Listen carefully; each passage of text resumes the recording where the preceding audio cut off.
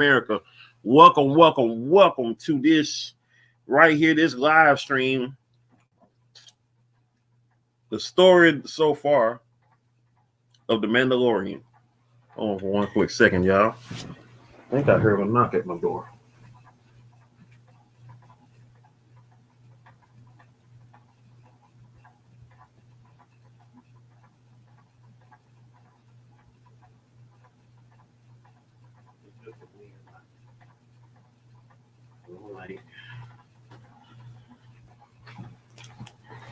All right, we back. All right, who we got? We got somebody up in here who's coming in.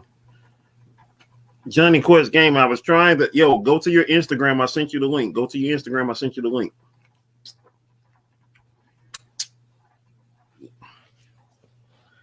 Can you see your Instagram or which way? You know what? Never mind. I'm gonna go ahead and invite you from here because I had sent you the link. I was trying to send you the link so you could get on up in here beforehand before we went live. JohnnyQuestGaming is about to be in the building. David Tay is in the building. What's happening? The link is down right there, ready to rock and roll.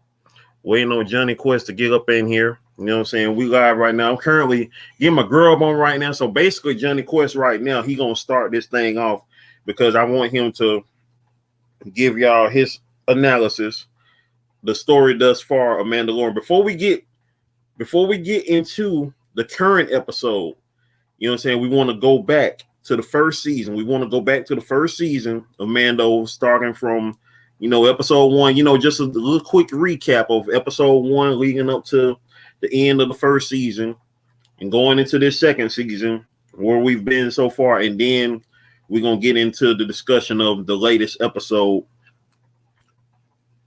of The Mandalorian. As soon as Johnny Quest gets up in the stream here, you know what I'm saying, we're going to make it do what it do. We're waiting on Johnny Quest to get on up in here.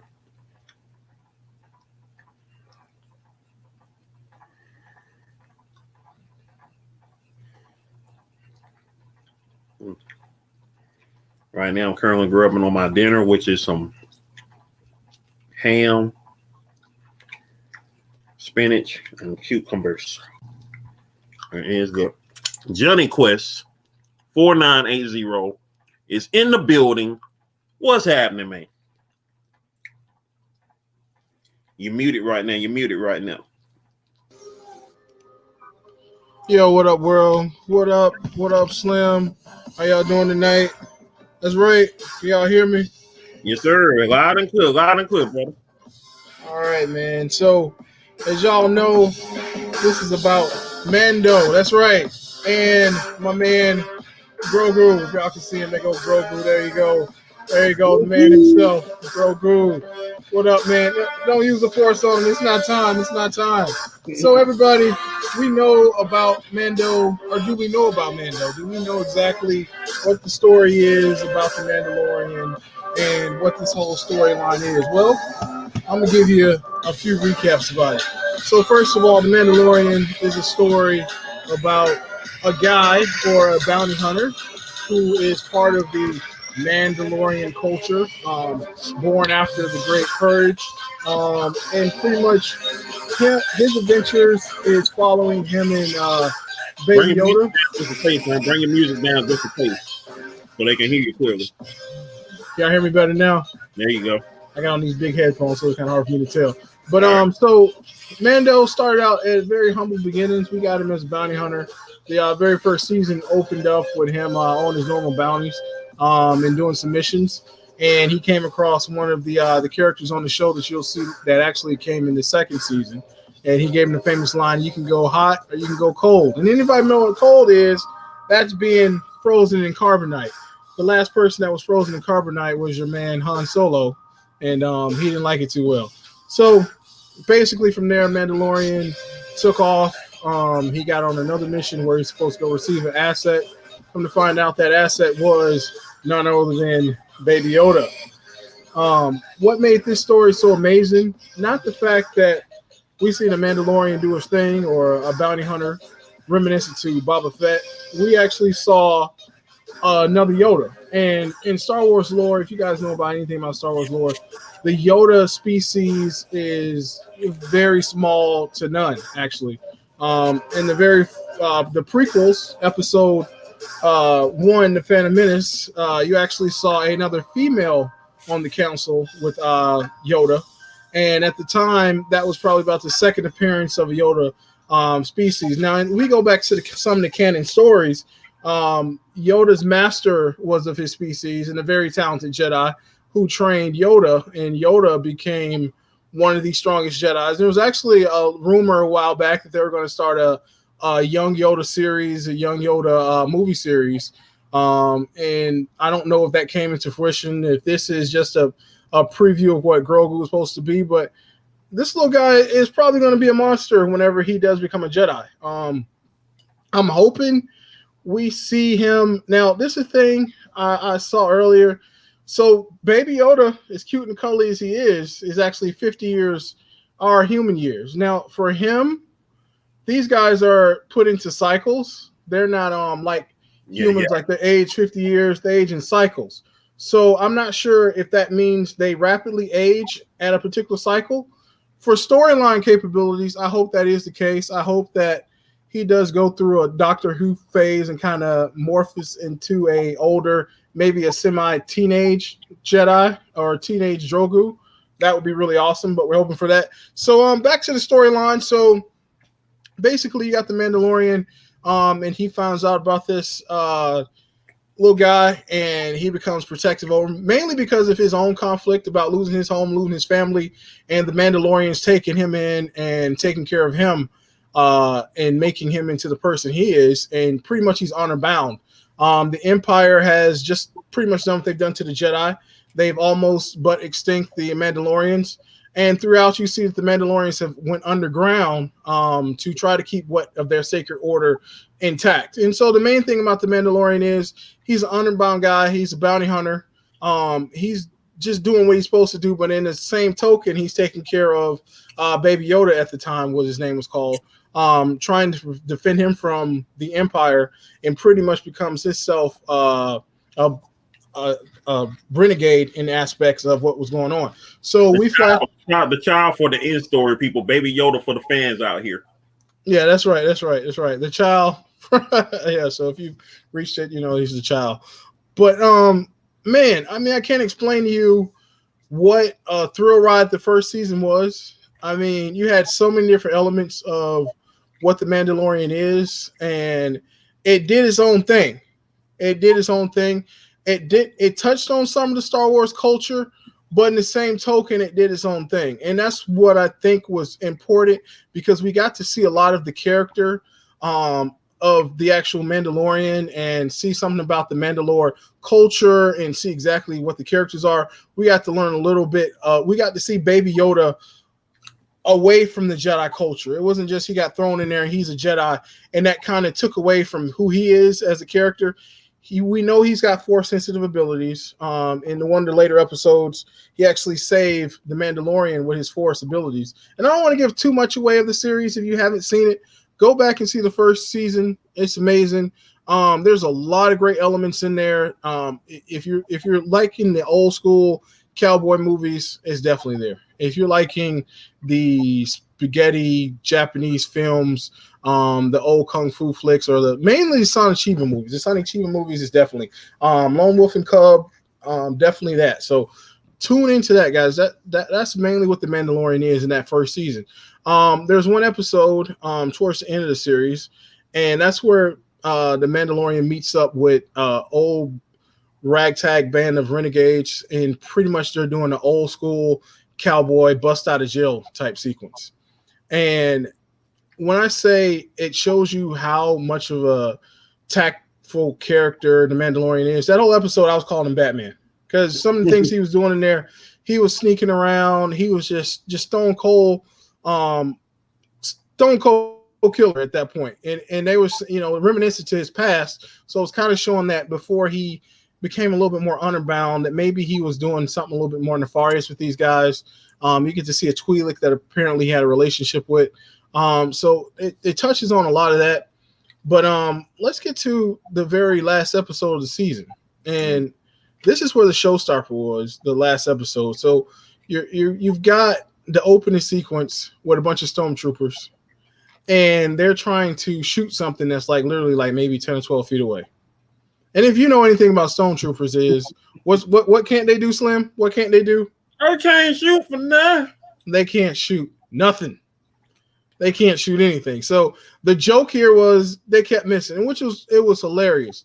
And then of course there's a sequence where the robot who was repurposed because he was actually hunting down Baby Yoda again. I don't want to give away too many spoilers, but his sequence is amazing. The rescue sequence for him is amazing, and the ending sequence is amazing. But the most important thing in this was, like I said, the whole time they made sure that they kept the Mandalorian its own thing and made it so that the Star Wars fans would enjoy it. But that last episode, they did something for the Star Wars culture that blew everybody's mind. The introduction of the Darksaber. Okay. The Darksaber was a weapon forged by Mandalore in combat with the Jedis when the Mandalorians was going against the Jedis doing that big war. And a lot of that stuff is seen on the Clone Wars. And this sword was supposed to be taken over by the Emperor. Not by the Emperor, by the Empire. It was taken back from the Empire doing their great purge. And it was. And he had the sword. And that's what made this episode so incredible, was the fact that you got to see the Darksaber. You got an expansion on some Star Wars lore, and you're left on that cliffhanger. And it blew my mind. It was amazing. It was, wow. Are we really doing this? Are we kicking this up to another level? And they did. They took it up to another level. And the next level of levels comes in season 2. So, guys, season 2, if you haven't seen season 2, you owe it to yourself. If you're any type of Star Wars fan, if you're any, you know what? Let's take away Star Wars. If you're any type of fan of just good sci-fi entertainment, watch season 2. If you don't have Disney Plus, go get Disney Plus. If you have a friend that has it, hey man, ask him. Say, yo, can I see your pass? I need to see Mandalorian. Hey, folk. Hook me up. Baby Yoda shout. Check it out. Check it out. Check it out. So Nervious, let's go into your opinions of episode 1 of season 2. What was your expectations going into it, and what happened after you saw it? All right. Well, as you know, I'm about to get on camera in a sec. Because I'm still getting my girl up on y'all. That's why I went on camera. What's up, people? Yo, for I don't watch previews. I try to stay away from previews. I try to stay away from trailers, all that type of stuff, to stuff that I know I'm gonna watch. Stuff I already know I'm gonna get down with. I ain't gotta see no previews of no Mandalorian. I ain't gotta see no previews of no Ruby, My Hero Academia, none of the stuff that I love already. I ain't gotta see no previews. I'll be ready to watch it. You know what I'm saying? So when episode 1 dropped, you know what I'm saying, we had already been getting hints. We had been getting hints. Everybody, because when the Mandalorian started, of course, for layman Star Wars fans, those that are not too deep into the culture, or those that know just a little bit of some things, like I say, I'm probably like 60%. No, and I ain't gonna say 60. I'll say about 80 to 85. I give you about 85 because you've been 80 to 85. Caught up on everything there is to know about Star Wars, outside of the movies. And so when it comes to the Mandalorian, of course, the first person you think about always and forever is Boba Fett. Even though he did not show, he was not prominent in the original trilogy, but you always knew it was something about that dude even before you knew about the other stories about him, outside of the movies, his graphic novels, his play in video games, just all the other stories regarding, Boba Fett over the years, from the time we first seen him in Empire Strike Back. He caught Han Solo in the Carbonite, And the last time we saw him, of course, in Return of the Jedi, when he did a swan dive down into the little creature, and that mother said, man, it was like, dang, that dude gone. Like, shoot, what? Dang. And it was like, dang. And from that point forth, it was just like, dang, that was a cool dude. But I want to know more about that, the cool everything like that. What was this dude about? He was a bounty hunter. What's his story? Who he is?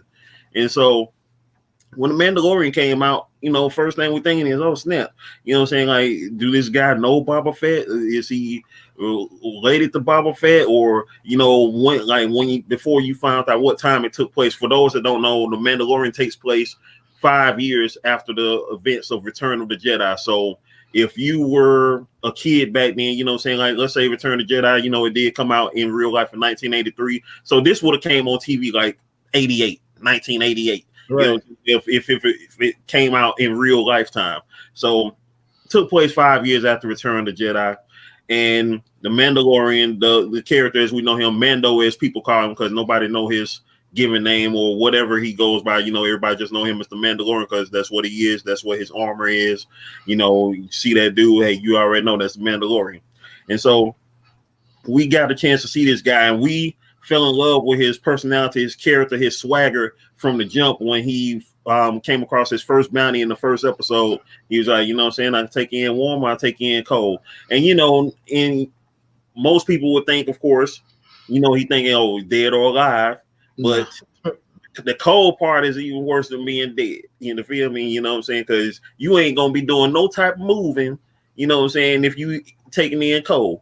And so when we come across this dude, and my whole situation regarding the Mandalorian and his progress throughout the season, it was obviously, a love letter to, the spaghetti westerns. It was a love letter to just sci-fi period as we know it from the days of when Star Wars came out, when Star Wars basically made it cool to not be so futuristic, because when we thought of the future, we thought of everything all shiny and clean and just beautiful and perfect.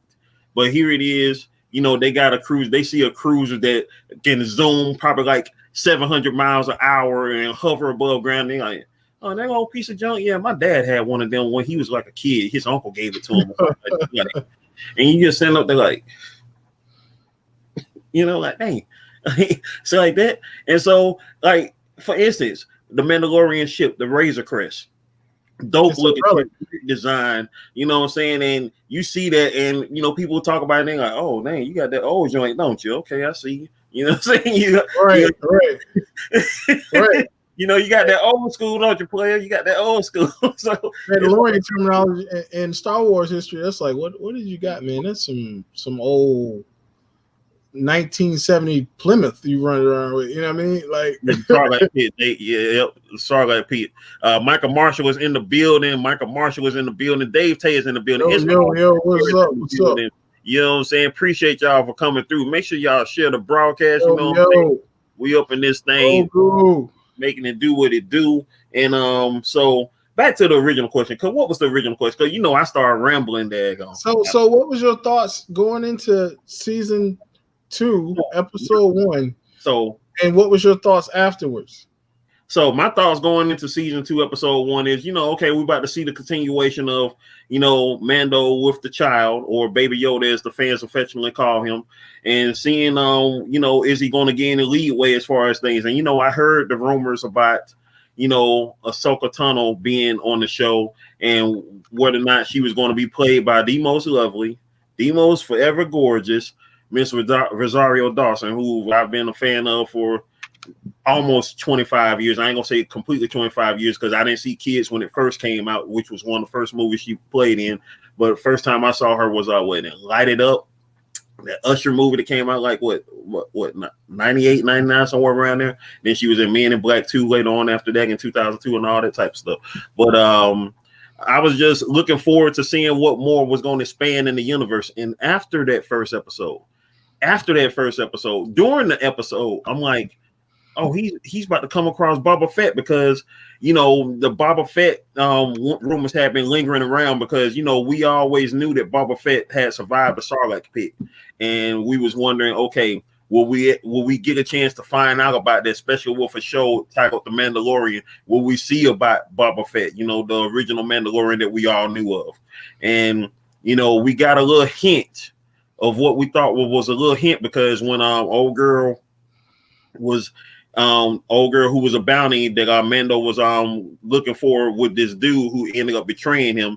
The dude shot the woman and then left her to die at Tatooine, on the planet Tatooine, you know, where Luke Skywalker is where he was raised at by his uncle and aunt. And so she was left to die, and someone walked up to her. All we saw was his boots, and he had some spurs on. And so automatically questions just went ablaze. Is it? Could it be? You know, and nobody knew for certain because they didn't let nobody know. We didn't see any more about that story.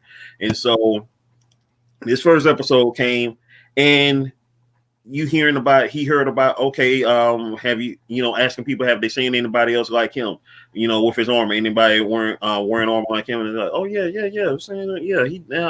he in this little town. And so he went there, he saw the dude, and he was like, okay, cool, you know, another Mandalorian. And of course, us as Star Wars fans looked at the armor and recognized the armor, and it was the armor of Boba Fett. But the dude, of course, by the time he got done doing his thing, you know, his awesome action sequence, he took his helmet off. And, you know, Mando, first thing, you know, Mando do, he shook. He like, well, hold on, bro. Taking your helmet off for. And, you know, he took his helmet off. And it was none other than the hitman, Timothy O, who also played on the series Justified. And so, obviously, he was not Boba Fett, but he had Boba Fett's armor. And so Mando was ready to take this dude out right then and there. He was like, hey, bro, you ain't no Mandalorian. You're not no Mandalorian. So I need you to come up off this armor. It's got to go back with me. And the dude was like, hey, I can't do that. You know what I'm saying? I got it fair and square. You know, this is my armor, and, you know, I'm using it to protect my town, because the dude was the sheriff of the town. And Mando was like, that's cool and everything, but I need you to come up off that armor. And so before it was about to get hot, before it was about to get real, because Mando was ready to put him to sleep permanently. You know, another situation came up, and they found out what the problem was in the town. And so he helped them out. Mando helped them out, along with the help of the Tusken Raiders, who had been at odds with the people in that town for a long time. And then exactly, Micah, exactly. You got United Mandalorian, run that. Right. So, run me that suit real quick. Run me that best just like I keep telling everybody, like, because when Mando started out, you know, he had a little bit of Beskar armor on. Now, you know, he decked out from head to toe with Beskar. You know, he dripping with the Beskar now. And it's like, bro, you running around, you just dripping out here with all this money on you that people can they take that armor and, you know, use that metal. They use, I mean, hey, you running around with all that, bro. Hey, you about to get died. You better quit playing. But you know, it don't even matter as far as that go, because if you see somebody with some Mando armor, some Mandalorian armor, it's like, hey, you ain't no Mandalorian. Like Mike said, you need to run that. And so, you know, he helped him out, you know, got his armor, you know, they were cool, you know what I'm saying? Hey, you cool, yeah, you cool, boom, boom. And you know, he peeled on out. As he was peeling out, we seen this dude at the end of the episode. And I'm sorry for anybody who may not have seen this. I'm sorry. This is gonna be spoiler-less, because we can't just really get into this without the spoilers, because hey, we almost halfway through the season of season 2. You know what I'm saying? And I know David, our bro Dave, he in particular don't care if he gets spoiled, because you know he done renounced anything Star Wars as long as Disney controlling it. So understandable, you know, it's all good. Hold on, I'm about to put that share screen up for you, son. Hold on for a sec. Let me put that share screen up for you right there. Boom. I see you. So we saw that guy right there at the end. None other than Boba Fett.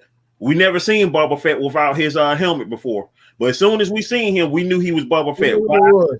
Because what you say? Exactly. You should know what it was, because so let's drop a little history on him. Mm-hmm. Baba's father is the man named Jango Fett. Jango Fett, every single clone that you see in the Imperial Army up until the Mandalorian, is a clone of his father, including Boba Fett. Boba Fett was a clone also. The only difference is his father Jango said, leave me one clone to raise, completely different than the rest of them. Let me raise him naturally. I don't want him to go through any age, what is it, age speed up or anything like that. I want him to just be raised naturally. And he was raised naturally up until the point where your man Mace took his dad's head off completely. And this is the armor that's left over that Boba, this is his father's armor that's been repurposed, reconditioned, whatever you want to say. And that's pretty much what, yeah, Dave, the growth acceleration. So no growth acceleration. And here's Boba. But the thing that I love most about this is they could have made some changes to Boba, but they didn't. If you go back and you look at some of the Clone Wars and also Star Wars Rebels, you'll see that the clones age this way, and a lot of them look this way. The ones that are pre-Clone Wars and the soldiers after this are going to have the same look. So I think that was pretty amazing that they did that. But to see your man Boba Fett at the end just gave all the Star Wars fans a jolt, because here we go. We got Boba Fett, the man, the myth, the legend, and he survived. He's standing on top of the ridge, and he's got on this cloak like he's looking like he's been with the sand troop. I mean, the sand people. He's got the two. He's got the rifle, and he's got that stick. I can't remember what it's called, but in this last episode, you see what it's all about. But yeah, man, it's off the chain. Absolutely, Boba Fett coming in that episode just set the tone for the series. And as we go on, we're going to see more characters from the Clone Wars series, as well as some old Star Wars lore and some vehicles that's going to blow your mind. So Slim, let's take them forward a little bit. We seen Boba, okay? So who else was the next big person that popped up in there from the Clone Wars? Ahsoka. Before, back it up. No. We got to go back. We got to go before we go to Ahsoka. We saw somebody else before that. Hold on. Let me think. It's been so much going on. Hold on. Let me think real quick. Let me stop my share. Let me stop my cam. I'm not gonna put you on the spot. I'm just gonna show him. Hold on a second. Give me a second. Hold on. I gotta remember now. I gotta think of the episodes. Okay. No, I'm gonna show him. Give me a second. We're gonna do some screen sharing. It's a lot of screen sharing gonna happen in this.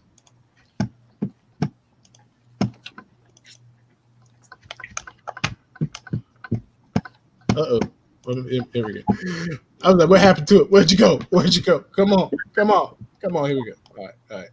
Little technical difficulty, y'all. All right, I'm gonna let Dave give you the answer to this one. We're gonna let Dave answer this question. All right, never gonna hit that share button. That's right, Dave. That's right. Yeah, I forgot she was in the Clone Wars. See, I knew she was somebody, but I couldn't remember. I forgot she was in the Clone Wars. Like, right. I was trying to remember why, I was looking at her so hard, and I was like, man, because y'all had to forgive me because I didn't finish all of the Clone Wars, y'all. I got to finish all the Clone Wars, and it's been years since I've seen it. But Bo-Katan, Bo-Katan, man. Yes, sir. Yes, sir. And with that being said, when they showed up, when he came across them, like, first of all, that was the episode where I was like, Mando, what are you doing, bro? What are you doing, player? Like, when he the guy was like, yeah, man, I can help you out. You know what I'm saying? Help you go find some find other Mandalorians and whatever like that. And you know what I'm saying? They basically, you know what I'm saying, caught him slipping. It's like, bro, you keep forgetting you got a whole suit of Beskar on. Like, you forget folks gonna try you. You know what I'm saying? And they did just that. They had threw at the child in the little thing. And then, they basically almost had him the rights if Bo-Katan and her crew didn't show up. Right. But the thing about that is, it was, he kind of thrown off by that, you know what I mean? But I feel him. He's trying to do his best to try to get this done. You know what I mean? Like, at this point, Mando is kind of pressed. You know what I mean? Yeah. Like, Because he ain't really trying to be he want to be there for the kid, but it's it's a lot of responsibilities.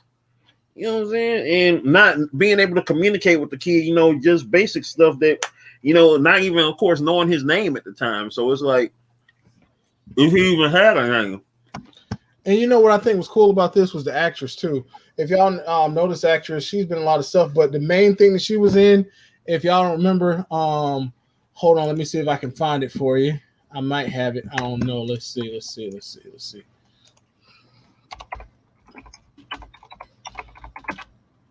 Hold on. Do that, Mike. Hold on. Let me see if I can find it. Okay. Go ahead and I'm gonna hit share screen, Slim. Gotcha. We're gonna kick this thing up real quick so y'all can see what I'm talking about.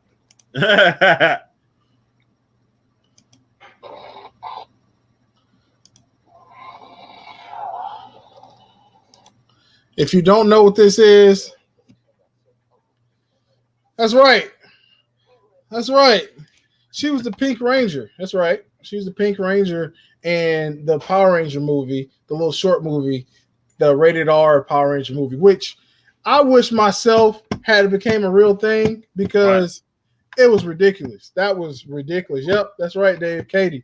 And to have her as Bo-Katan, I think was great because she has that look about her. She's got that tough, hard nose, kind of nonchalant, but she still comes off pretty, but she's got that tough demeanor that gives her she's a great character to play Bo-Katan. So Bo-Katan, she wants that dark saber more than anything. So I can't wait to see how this plans out. I think since we're gonna get to that part next, but she is definitely gonna take the Mandalorian on a few different twists because she's an untrustworthy character. So we're gonna see what happened with that. That part. So shout outs to them for the great casting. And if I'm not mistaken, also because Nick, aka Grand Hustler, he stated because he's even better with faces than I am, and he recognized her through a different hair color. If I'm not mistaken, she was in the show The 100. The 100 that I was watching, which of course is sad to say, as much as I hyped that show up this year, I never talk about that show in good terms again because the way it ended, like they ended horribly, son. The 100 ended horribly. We'll talk. That'll be another episode. That'll be another episode right there. We ain't gonna talk about them though. We ain't gonna bring up that there. That's gonna be another episode. We'll get to that one in a little while, man. I really don't want to. You know what I got to do though, just for Dave. If I can, I don't know if I can, y'all. I'm gonna see. I'm not sure if he's seen anything yet. Hold on, Dave. But yeah, Nervians, go ahead and tell him a little bit. Give him some fill-ins on some of the stuff that happened to the season. I'm gonna pull up some footage real quick. All right, son. So while Johnny Quest, on that scavenger hunt, of Mandalorian proportions, what we want to talk about now is after. He met up with Bo-Katan and her crew of Mandalorians and found out pretty much that, according to them, that his way, the Mandalorians that he was raised by, was basically a part of a zealot faction of Mandalorians who were strict about their code and not taking off their helmets and everything of that way. This is the way, basically. Micah, he said that he haven't gotten to the 100 yet, but he met Ricky Whittle in real life, who of course was on the 100 and played Shadow Moon on American Gods, which I may say, y'all, shout out to Michael Marshall, because he himself was in the very first episode of American Gods, as a background character on there, as a background character on that episode of American Gods. So shout outs out to Michael for, getting some of that FaceTime right there. You feel me? Changes you was in the building, aka Kim, who was here earlier for the part 2 of the Pocket One Chip Challenge. What up, cuz? What up? Hey, appreciate you for coming through. We up here talking Star Wars. You know what I'm saying? talking about this show, The Mandalorian. Don't know if you heard of it, but you know what I'm saying. If you ain't heard of it, definitely need to check it out. You know, which is the very first live action show based upon the Star Wars universe, which is a big hit. Is currently on its second season right now on Disney Plus. You know what I'm saying? It's making it do what it do. You know what I'm saying on it. And also Michael Marshall, y'all, who is a YouTuber himself, his content on his channel evolves around his family, and he just recently dropped a new episode tonight of Cooking with the King, episode 23, where he just made this joint that I've been interested in watching on his channel. He made some cowboy pie, and I got to see this cowboy pie be by. You feel me? You feel me? I got to see what that thing be about right there on episode 23 of Cooking with the King, y'all. So definitely make sure y'all check that out. You know what I'm saying? He is a chef. He gets down with the get down when it comes to that food. So definitely tune in on everything he got going on. And as soon as he give me his promo vid, he will be also my subject on a future episode of GOAT 1408 TV. No doubt, no doubt. That sounds like something really delicious. Some cowboy pie. Sounds like a little chili going on. You know what I mean? A little chili. You know? You feel me? Yeah, definitely got to see what that be about. So go back to Bo-Katan and the separation from the Mandalorian. So they had a civil war on the planet Mandalore. So there's actually a civil war. I got some more stuff on that. I'll try to pull that for you later. But there was a civil war between the two. So the Mandalorians have, you know, the old culture, which is pretty much what the Mandalorians raised in with not removing the suit. And you got some more progressive thinkers, which go by a different code. But pretty much was a civil war on there, and whoever holds that dark saber is kind of like the king or the ruler of their planet, the Mandalore, and that's how pretty much as that goes. As a matter of fact, if you play Star Wars Rebels, right, no doubt. But if you play like Star Wars Rebels, Star Wars Old Republic, there's actually a couple of missions where you can play as a bounty hunter and you can actually become the Mandalore. So I think that was pretty cool. Right. Yeah, true. Is that on that, Mike? But you know, so that's where she comes from. She's actually just trying to get her planet back together and you know, bring their culture back by pretty much any means necessary. And her pursuit of the dark saber will bring her back to the top and make her pretty much the Mandalore of their planet. So that's really Bo-Katan. Now, another cool thing, not only we see Bo-Katan, we actually seen the premiere debut of acting for Sasha Banks. And if you don't know who Sasha Banks is, you don't watch wrestling. That's right. She's the first Black women's champion to hold the title for both titles at the same time. She's been a world tag team females champion, as well as the world women's championship. I think she also had the what was it called? I haven't watched it in such a long time, but she had another belt that was a male belt as well. But Sasha Banks is that female in wrestling. Trust me. And when I said she's going to be on there, I first thought she was going to be a Sith, but the fact that she was a Mandalorian was even cooler to me because it's going to give her more airtime and just to see what she can do in that role. But she is an amazing young lady, a great wrestler, and seems like she's going to be a great actress. So congratulations to her. Big shout out to that. But yeah, so in that episode, we saw that there was more Mandalorians around on different sects. So we got open to that. We seen Bo-Katan, which was amazing. That's another character that comes from the Star Wars Old Republic series. And she's actually got a relationship or a anti-relationship with Ahsoka. So that was something that was really cool too. If you're going to be introduced to Ahsoka, then it's nothing better to see her adversary or one of her nemesis pop up and kind of say, okay, I know where Ahsoka is. So that was cool. At first, I thought she was going to betray the Mandalorian and tell him something wrong, but who knows? She may have had another plan in mind because Bo-Katan is just that type of person. If you've seen the series, yeah, trying to pull all the pieces together in her favor. So as far as the next person that we saw in the next episode, another person to break the internet, was the fact that again we saw none other than Ahsoka. And Never Answer, whenever you're ready, I'm gonna go ahead and share that video. we can see now. This is a spoiler alert, y'all. So if you haven't seen it, spoiler alert. I'm just gonna let you know. Ahsoka. And if you didn't already like Ahsoka at first, once you found out she was being played by Rosario Dawson, is the next level, straight up.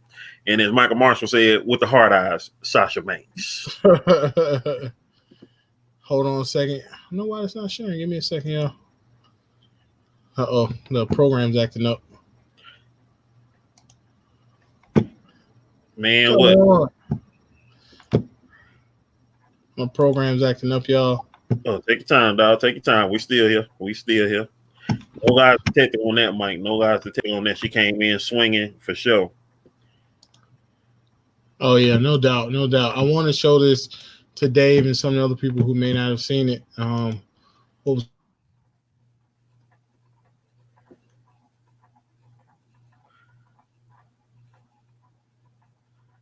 Hello, everybody still there? Okay. Just making sure.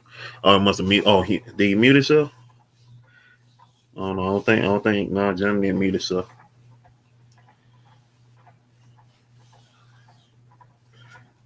All right, here we go. Here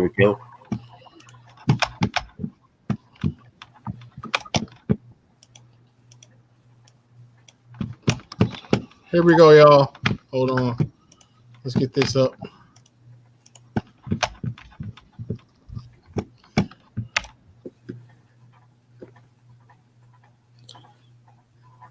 Hey, that part.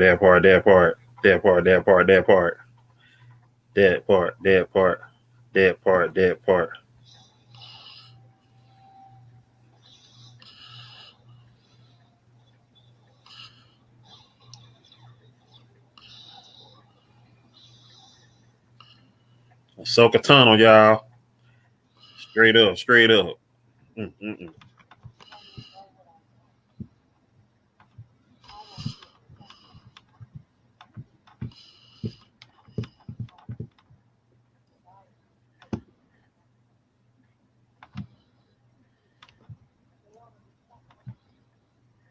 Right? That part. Them sabers for real though.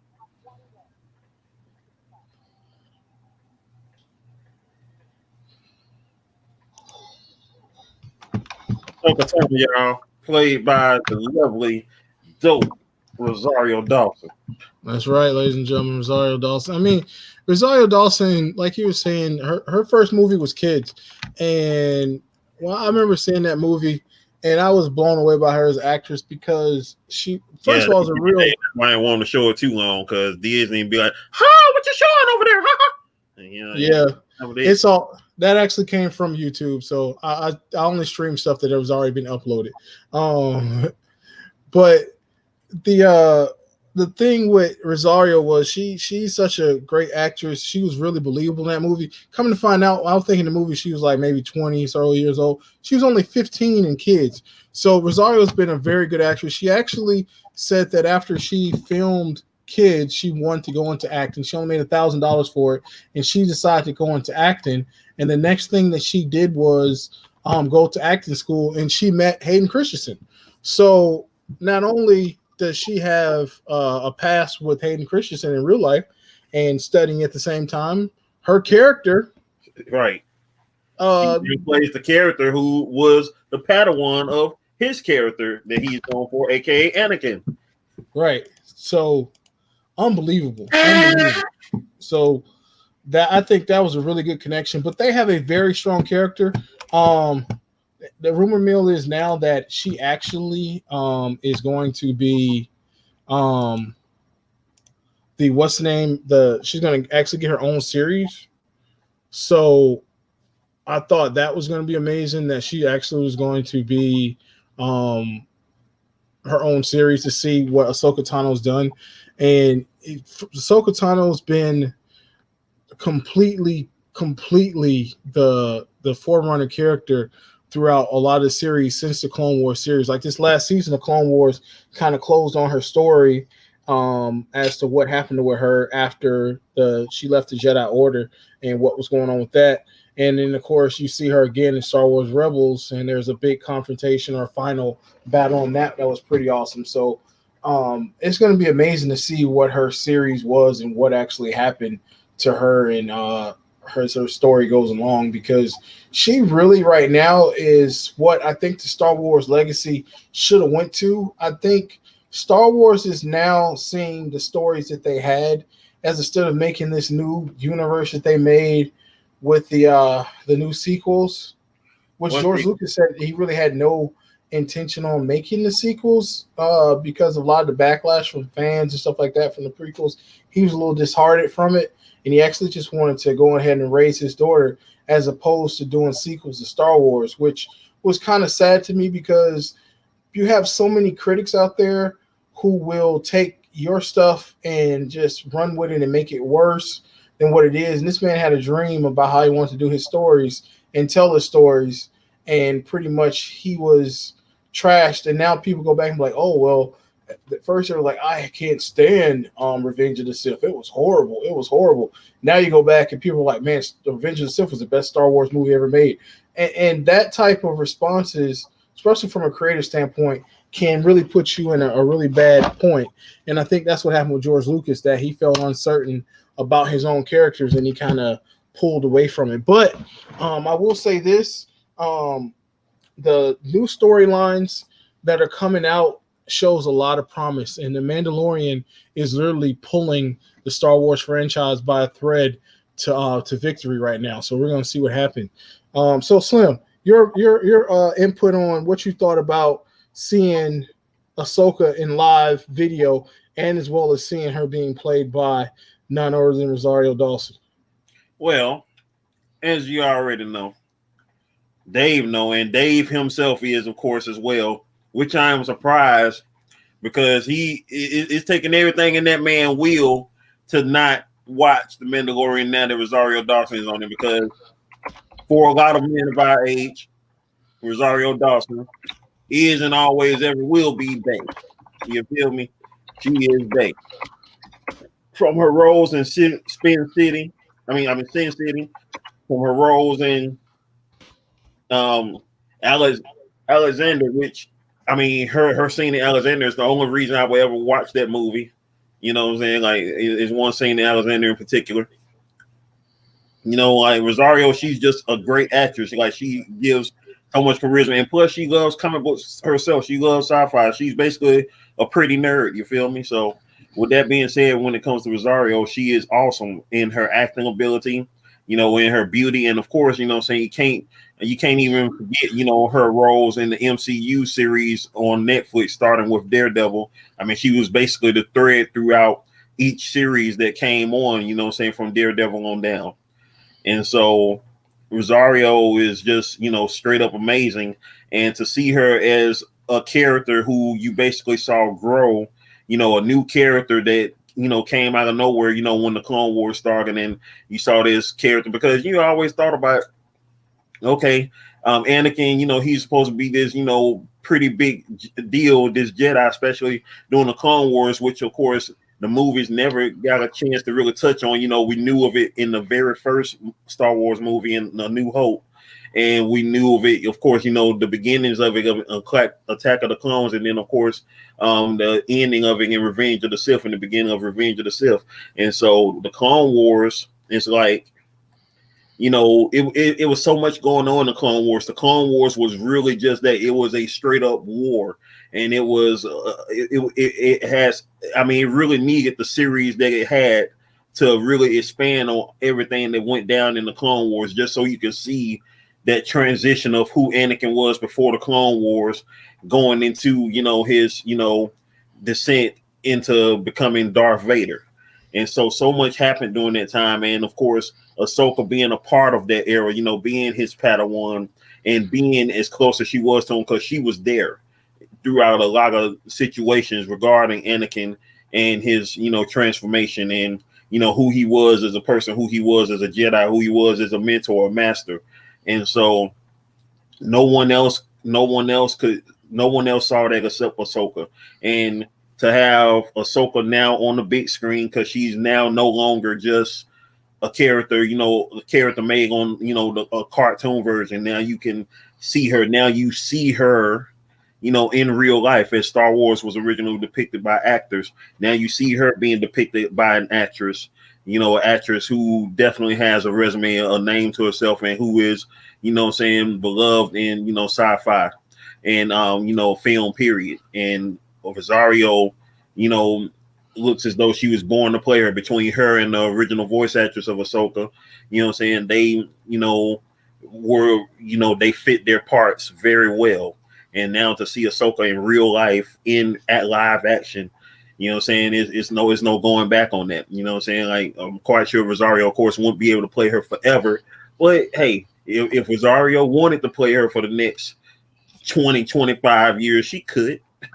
She definitely could. She definitely could, without a doubt. And so this episode not only gives you the first appearance of Ahsoka Tano, it also gives you the realization of who Baby Yoda is with the introduction of his name, Grogu. And you actually find out that he was actually trained by Jedi Masters in the past and was doing the temple, probably during the time that Anakin struck and killed the younglings. Now, I saw a video today, and they were like, why doesn't Ahsoka Tano recognize Baby Yoda, considering that they should have been at the temple in the same time? Now, my interjection to that is that I don't think that Baby Yoda was actually trained in an open space like the rest of the Padawans. I think that's one reason why he survived, and I think that's another reason why she didn't meet him. I think he was actually trained by different Jedis closely and more watched because of the sacredness of who he is, because there's that many Jedis around like him, because he's part of the Yoda species. So they said that he was trained by a lot of different Jedis, but he was managed to be taken away.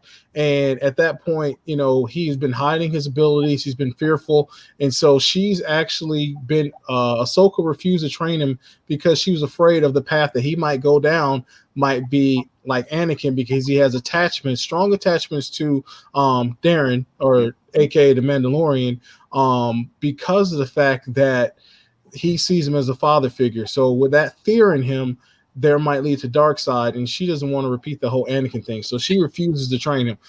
So I thought that was a really cool point. And now with this newest episode, we see what's going to happen to them.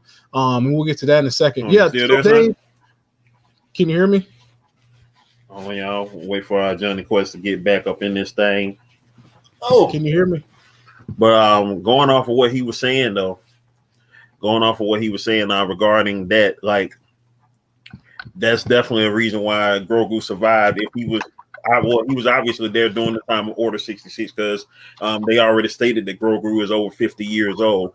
So he was definitely there during the time of the Order, and wherever he was at, like he they probably caught wind of it and stored, hid him on the way so he wouldn't be captured, because I highly doubt that Anakin would have came across him and said, "Oh, I'm not going to kill this one." Slim, can you hear me? Yeah, I can hear you now.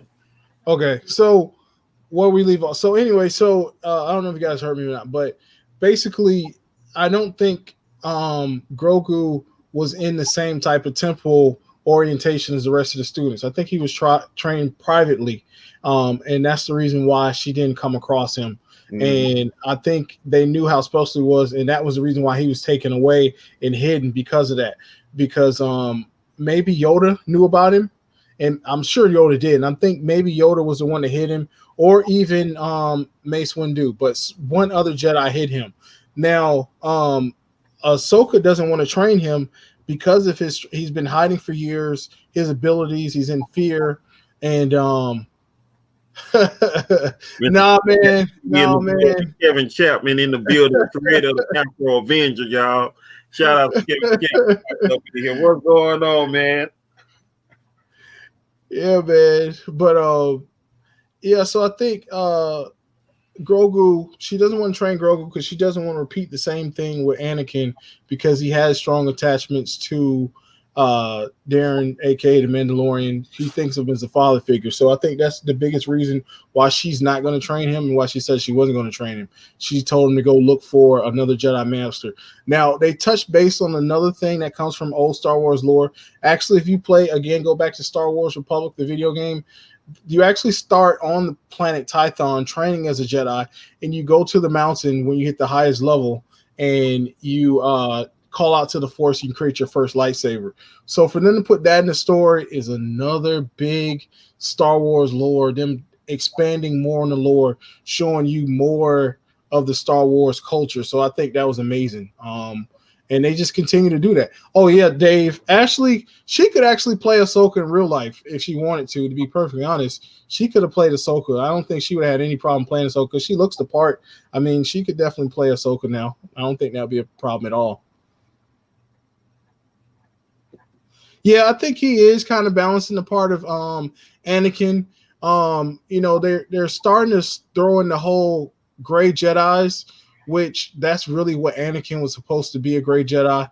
And if the Lucas stories from the sequels had expanded into the gray Jedi lore that was once canon but now is not canon, then we would have seen more gray Jedis around. But so a little history lesson: Mace Windu actually had the capability. His fighting style let him invoke the power of the dark side while he was fighting the entire time. You ever look at his facial expressions, how aggressive they look, and how, of course, it's Samuel L. Jackson who's playing him. But, you know, it's like, it's not just he's like pulling up a lightsaber like, I'm going to kill you, mother.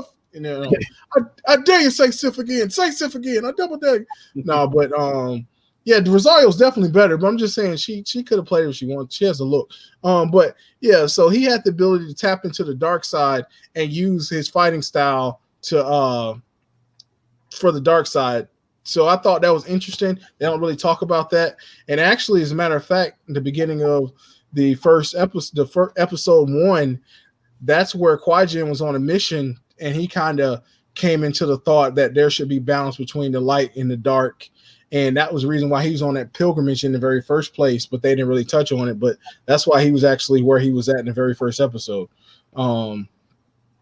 But yeah, man, I don't know where Star Wars Mandalorian is going, but the next episode, Slim, let's talk about the next episode. I'll let you start it off. All right. Previously on this last episode here, yeah, it does fit because, you know, because Rosario, of course, is in her early 40s, and at this time, Ahsoka would be around about 40 something. You know, that's if, you know, she ages as you know, regular human beings do. So, you know what I'm saying? And about 34. She should be about 44, 45. Yeah, so, you know, early 40s basically. And so that is the question, you know what I'm saying? Is Mace dead? Nobody know that, because yeah, we saw him do a you know what I'm saying, a swan dive out the window. But you know what I'm saying? And Dave said Mace used a stance that was favored by the Sith. So yeah, so that goes right along with what you're saying. So Mace was a bad boy. He was channeling that Sam Jackson into his Sith mode, you feel me? So hey, and we already know Sam Jackson ain't gonna have no problem coming back as Mace Windu. You know what I'm saying? He be like, oh, for real? Y'all want me to come back as Mace? You know, you feel me? So he definitely be ready for that. You know what I'm saying? So like, I'll train that little mother anytime you ask me to. Train him in the way of the mother. You feel me? So Mando, I'll train this little mother anytime you ask me to. So with that being said, this latest episode, I mean, for a while now, ever since Mando had went back to I can't remember the name of the planet, but Tatooine. No, what? No, wait, no, they wasn't on Tatooine, was he? No, not Tatooine, the planet that Carl Weathers is on, man. Oh, you talking about Navarro? Yeah, Navarro. Yeah, so I know Tatooine. Come on, boy, come on now. You know what I'm saying? But but where Navarro, where Carl Weathers was at. First and foremost, let us shout outs to Carl Weathers. You know what I'm saying? Carl Weathers, who is a a veteran in the game, best known as Apollo Creed from the Rocky series. You know what I'm saying? Drina's Haven in the building. Drina's Haven 916. What's up? What's going on? Appreciate you for coming through, baby girl. Yo. So with that being said, shout out to Carl Weathers, who of course is best known as Apollo Creed from the Rocket series, you know, who most likely didn't get a chance to be in the Star Wars movies during that time because, you know, he was more so doing Rocky at that time in the late 70s, early 80s and whatnot. So, you know, Billy D. Williams, who of course, as we all know, played Lando Calrissian, was in the Star Wars movies starting with The Empire Strikes Back. And so now Carl Weathers, who was an actor of that time, you know what I'm saying, black actor of that time, and, you know, in action movies, you know, throughout the 80s, you know, Action Jackson, Predator, you know what I'm saying, he now has had a chance to be in The Mandalorian, and, you know what I'm saying, and thankfully, you know what I'm saying, he's, you know, in The Mandalorian, you know what I'm saying, because he was, you know, you can easily see Carl Weathers in Star Wars even back then, and now when you see it now, it's like, dang, like he fits so perfectly. Like he's still around to have made his way that loop around into Star Wars. You feel right? Apollo Creed. You know what? Hey, you know I made jokes about this, but I couldn't help it, man. Whenever Apollo Creed had to see that exhibition fight between Mike Tyson and Roy Jones Jr., his whole thoughts was like, wait a minute. That's how you supposed to fight an exhibition fight? Right. And then guess what? And then he said, no, now see, that's the type of exhibition fight that I fought. And then when he saw Nate Robinson. Nate Robinson was the end of his exhibition fight. Only thing Nate Robinson was missing was the leg twitch. Right. Yo, that leg twitch was something to see. When Apollo did that laying down, it was like, bruh, you is done, dog. You are done. If he dies, he dies. That ain't even right. And for those who ain't seen my skit on Nate Robinson, you know, matched up with Apollo Creed, definitely go check that out on the channel. Yeah, that one right there was crazy, y'all. That was crazy. But you know what I'm saying, but shout outs to, you know what I'm saying, Carl Weathers for being on The Mandalorian. That is awesome. And I brought him up because back on the last time that we saw him and old girl on Navarro, who's played by Gina, you know, who now is a marshal in the sector on Navarro. The last time we saw him, Mando went there, helped them out, and while he was there helping them out, one of the people who was helping him repair his ship after getting off that planet with the ice spiders.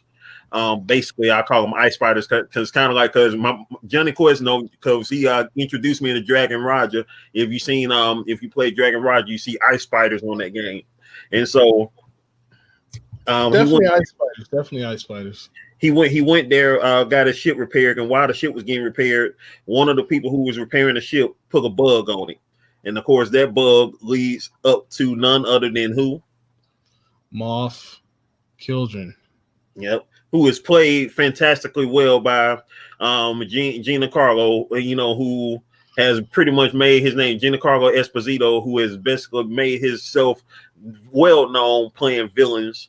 And you know what I'm saying, going back, his acting career goes back almost or just over 40 years. You know what I'm saying? I can remember him as far back as being in the same jail cell with Eddie Murphy back in Trading Places.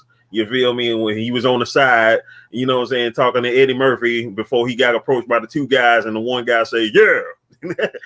So this dude has made such a serious comeback. He was the mayor in Godfather Harlem. He's on The Mandalorian.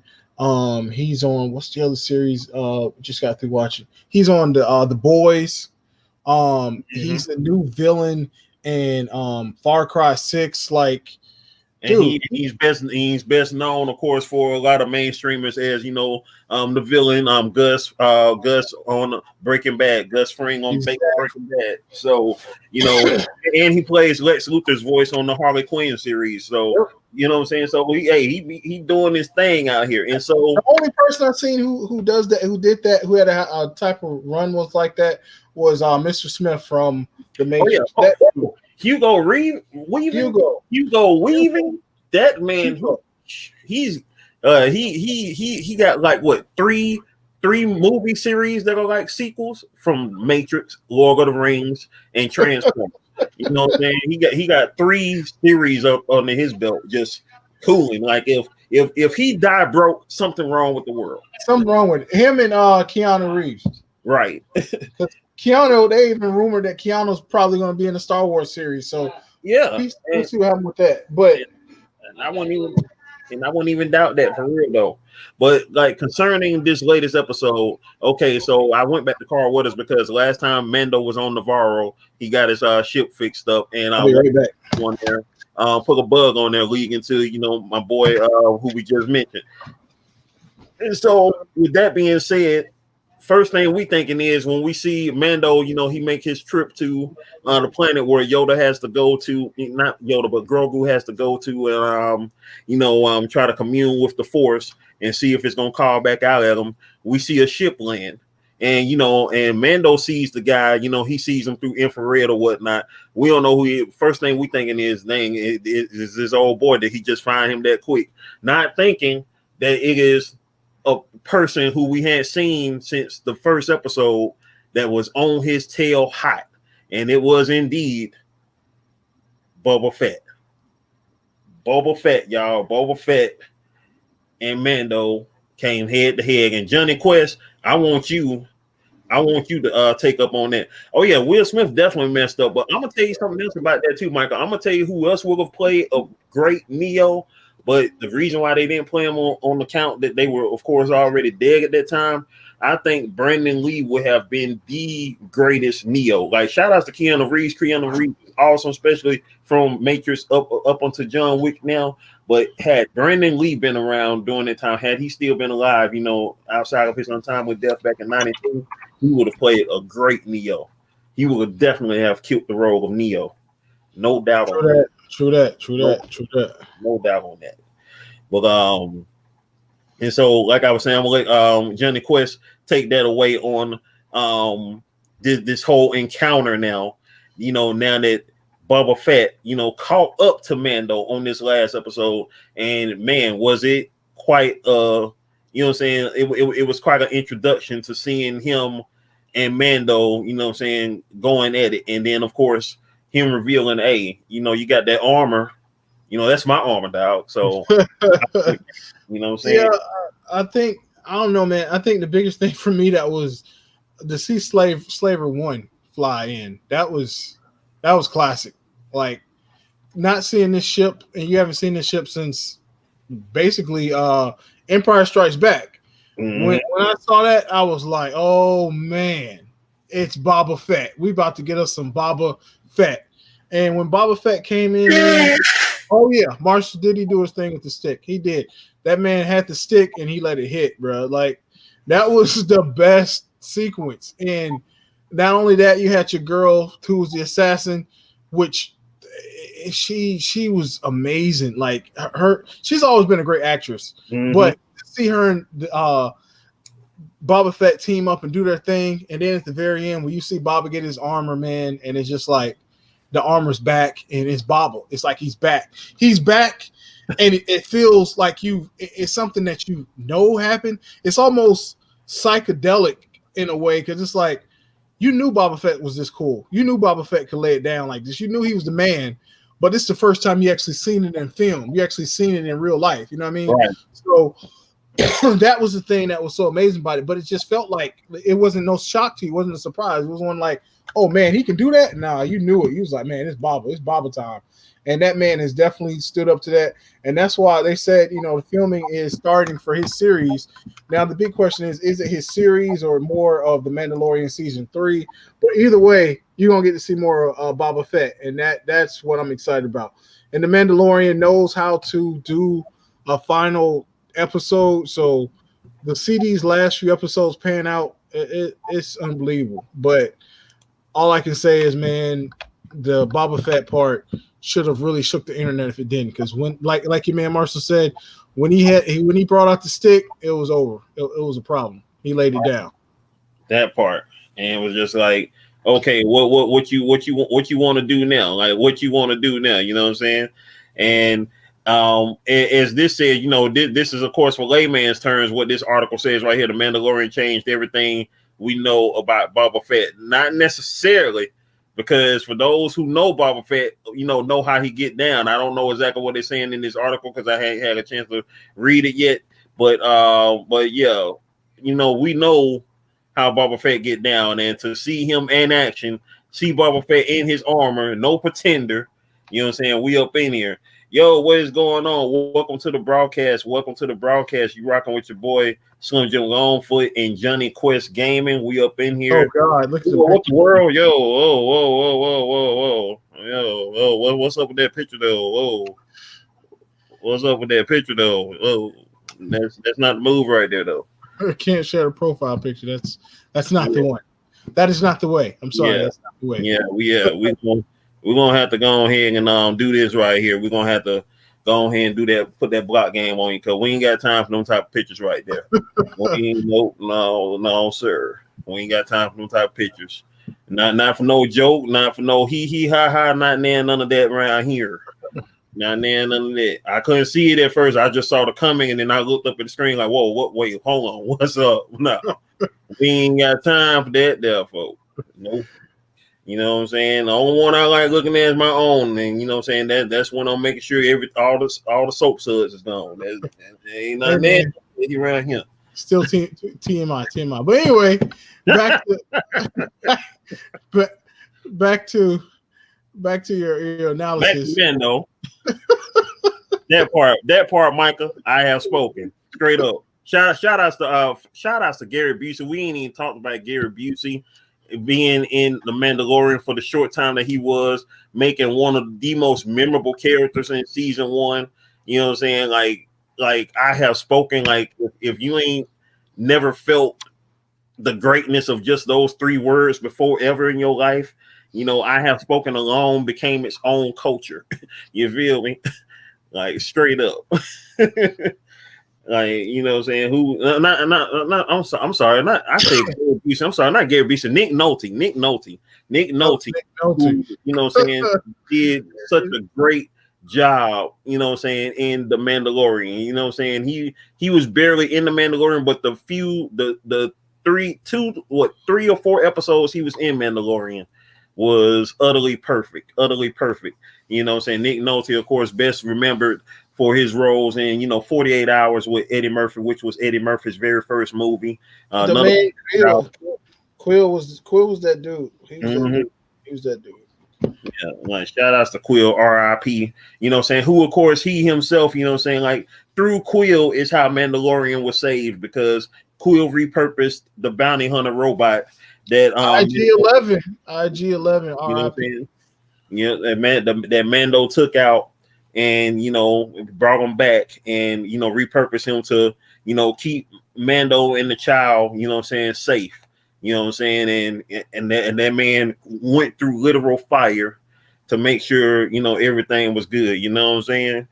And the way Quill was taken out, it was so dirty, but it was actually, I mean, it made it feel real. It made it feel like, oh snap. Okay. Like, people gonna get taken out. You feel me? And Quill, you know what I'm saying? He, lived his life on the show, and was just trying to, just do his thing out there, and he served his purpose, but you hate that it ended, you know what I'm saying? But it was poignant, and through him, the Mando was able to survive a little bit longer and, make his way to where he is now, because, the Mando, he had a lot of growing up as far as that to do as well, because, he viewed all droids the same because of what happened when he was a kid.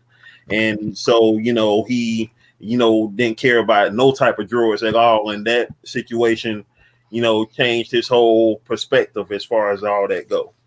You know what I'm saying? So, and I mean, it was even shown in the first episode of season 2, you know what I'm saying, when he made his way back to old girl, who he had left the child with, when he was looking for the girl who, the sharpshooter who almost got killed. He let the droids work on his ship then, which he at first was like, nah, I don't want no working on my ship, just you, so. And he got good reason too, because Imperial destroyer droids basically wiped out his entire race, so he got good reason to hate droids. He had perfect reason. His reason definitely wasn't valid. I mean, his reason definitely wasn't invalid. So he had the perfect reason, and and with that being said, he also had a great reason to, be a little bit more lenient. But I know at the end of the day, just like any living, breathing person, you know what I'm saying, you still gotta watch your six. You feel me? Still gotta watch your six. So regardless of what it is. Regardless of what it is, y'all. But let me they have you seen the images of that the fans have created for Mace Windu? I think they're pretty awesome. I know I seen one, you know, where he was like scarred up on one side and you know what I'm saying, looking really jagged, you know what I'm saying, like how saying, I mean, basically like, you know, looking like, you know, hey, he got electrocuted, his arm chopped off and went out the window. and survived. Oh, those dark troopers and those robots that came down, like that last episode, the tragedy was so loaded, y'all. It was so loaded with everything that was going on in it. Like it was hey, Dave Tay is coming up in the building. Yo, we about to put Dave Tay in the stream. What's up, man? Hey, Slim, share my screen real quick. I'm about to step away for just a second. Okay. I just want to show y'all this picture of there we go. Yeah, that's the one I seen. Yep. Yeah, that one right there. Yeah, he looked like he you know, been through a couple of things there. Been through a couple of things, man. And the thing is, it says fan base, but man, for a fan picture, that looks amazing. What up, Dave? What up? What up? What up? What up? Maybe a reason why they brought back Boba Fett. Maybe they'll both have their final showdown. Yep. Oh yeah. Yep. Oh yeah, because you know when if Boba Fett see Mace Windu, it ain't gonna be no hey, how you doing? It ain't gonna be no hey, how you doing? I'll be right back, fellas. I'll be right back. Y'all go ahead. Yes, sir. Oh yeah, for sure, Mike. If you want to come on up in here and hold on, let me send you the invite, man. Shoot. We up here talking Mando and Star Wars and everything, but you already know it's all the way on site. It's all the way on site. You know what I'm saying? Yeah, I can be that one dentist out of the 5. What you say, Dave? I'll be that one dentist out of the 5. Oh man. Well, but what I see concerning everything, and then of course, you know, with the end of the episode, Grogu was abducted. He was abducted by Moff Gideon and his peoples, and now he got him. And so what we got to look at now is what's going to happen in the next episode. And Mando, of course, gotta get his little guy back. He got to get his little guy back, y'all. He got to get his little guy back. And what we got to wonder is, you know, what all it's going to take to get him back. You know, who, you know, he's already gathering his team. Boba Fett, of course, is sticking with him because, you know, through him, he was able to get his armor back. And so Boba Fett's like, hey, you know what I'm saying, I'm rolling with you till we, you know, get your little guy back. So it's all going to be very interesting on how everything goes down with this situation here. We got Dave Tate in the building. He for those who hadn't seen he was showing in my last live stream, he was working on a picture of Ahsoka Tano. You know what I'm saying? It was looking quite good. Y'all. And so that picture was looking really good. I've been seeing, of course, you know, the makings of that pic right there. I'm up here bumbling my words a little bit right now because I'm trying to share this stream here to other platforms. Tighten up, Boomer. up here sharing this thing to different platforms. I'm about to share it to Twitter right now too. I'm on Reddit right now, sharing it up, people. You know what I'm saying? We gotta You know what I'm saying? Get everybody here on this here, make it do what it do. So that part, let's see, we got what's that? Sci-fi. Da, da, da, da, da. Yeah, we're gonna get to this sci-fi Reddit, and we're gonna do that there. Micah Marshall is in the building. What's going on?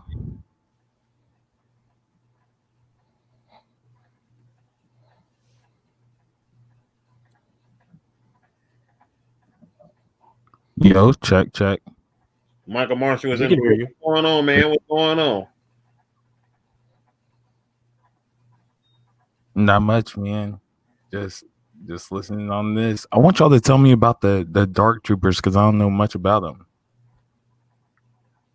Okay. Oh, you said you know some of the lore about Star Wars, but don't know much about the Dark Troopers. Oh, if you guys want to elaborate, I'm gonna tell you right now. I ain't got none of the lore for you, but Johnny Quest, who is a Star Wars guru, he may have some of that lore for you. Dave, do you know anything about the Dark Troopers?